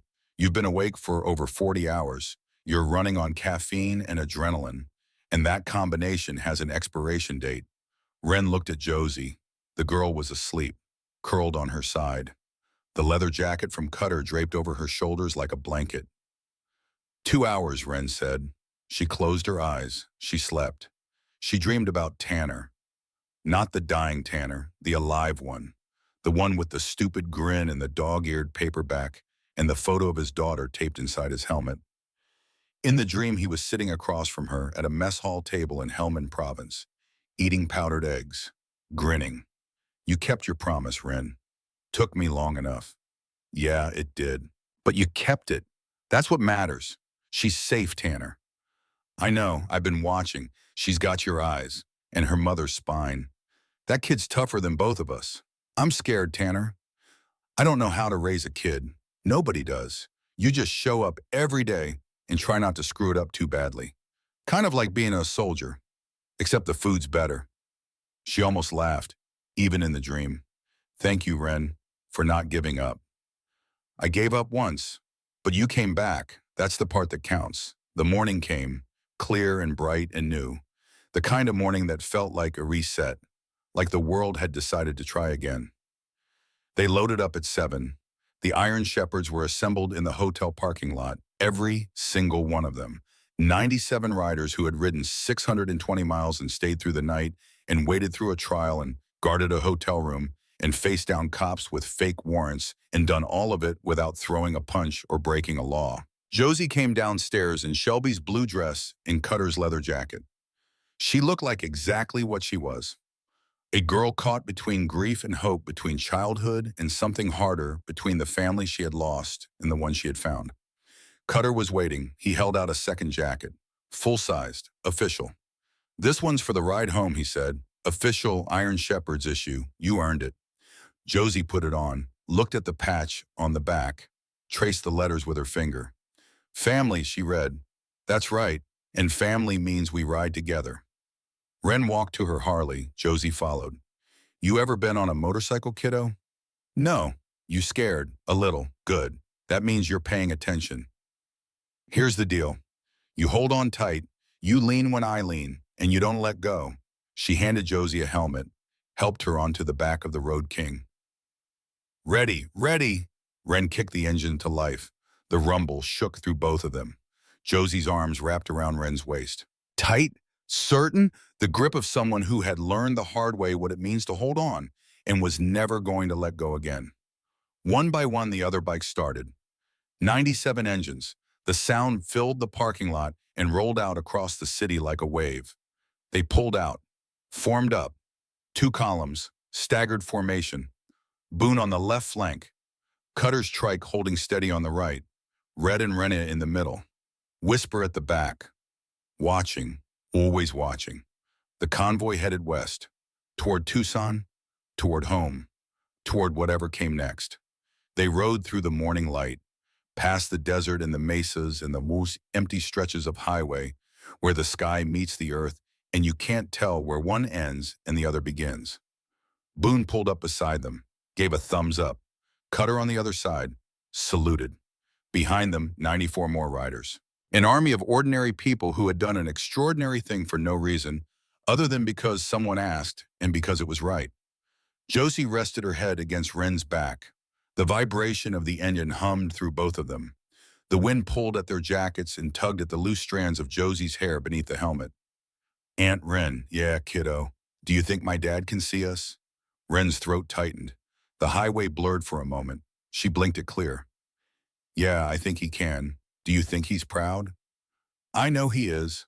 A pause, the engine rumbling, the wind singing, the desert stretching endlessly in every direction.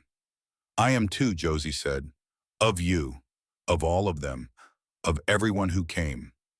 Ren didn't trust herself to speak. She just reached down with one hand and squeezed Josie's fingers where they gripped her waist. A small gesture, brief, but it said everything.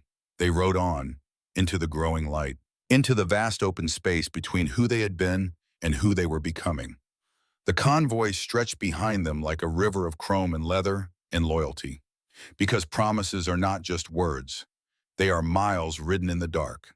They are hands held in hospital rooms. They are truths spoken in courtrooms when every instinct says stay silent. They are 97 people who did not know a girl but rode 620 miles anyway because someone they trusted said she needs us. They are family. And family, real family, does not give up. Not on each other, not on promises, not on the broken and the scared and the ones who have been told they are alone in the world. Josie Caldwell was not alone. She was protected. She was loved. She was riding home on the back of a motorcycle driven by a woman who had finally kept the only promise that ever truly mattered. And the desert sky stretched above them, enormous and blue, and full of the kind of light that makes you believe, even if just for a moment, that the world is capable of keeping its promises too.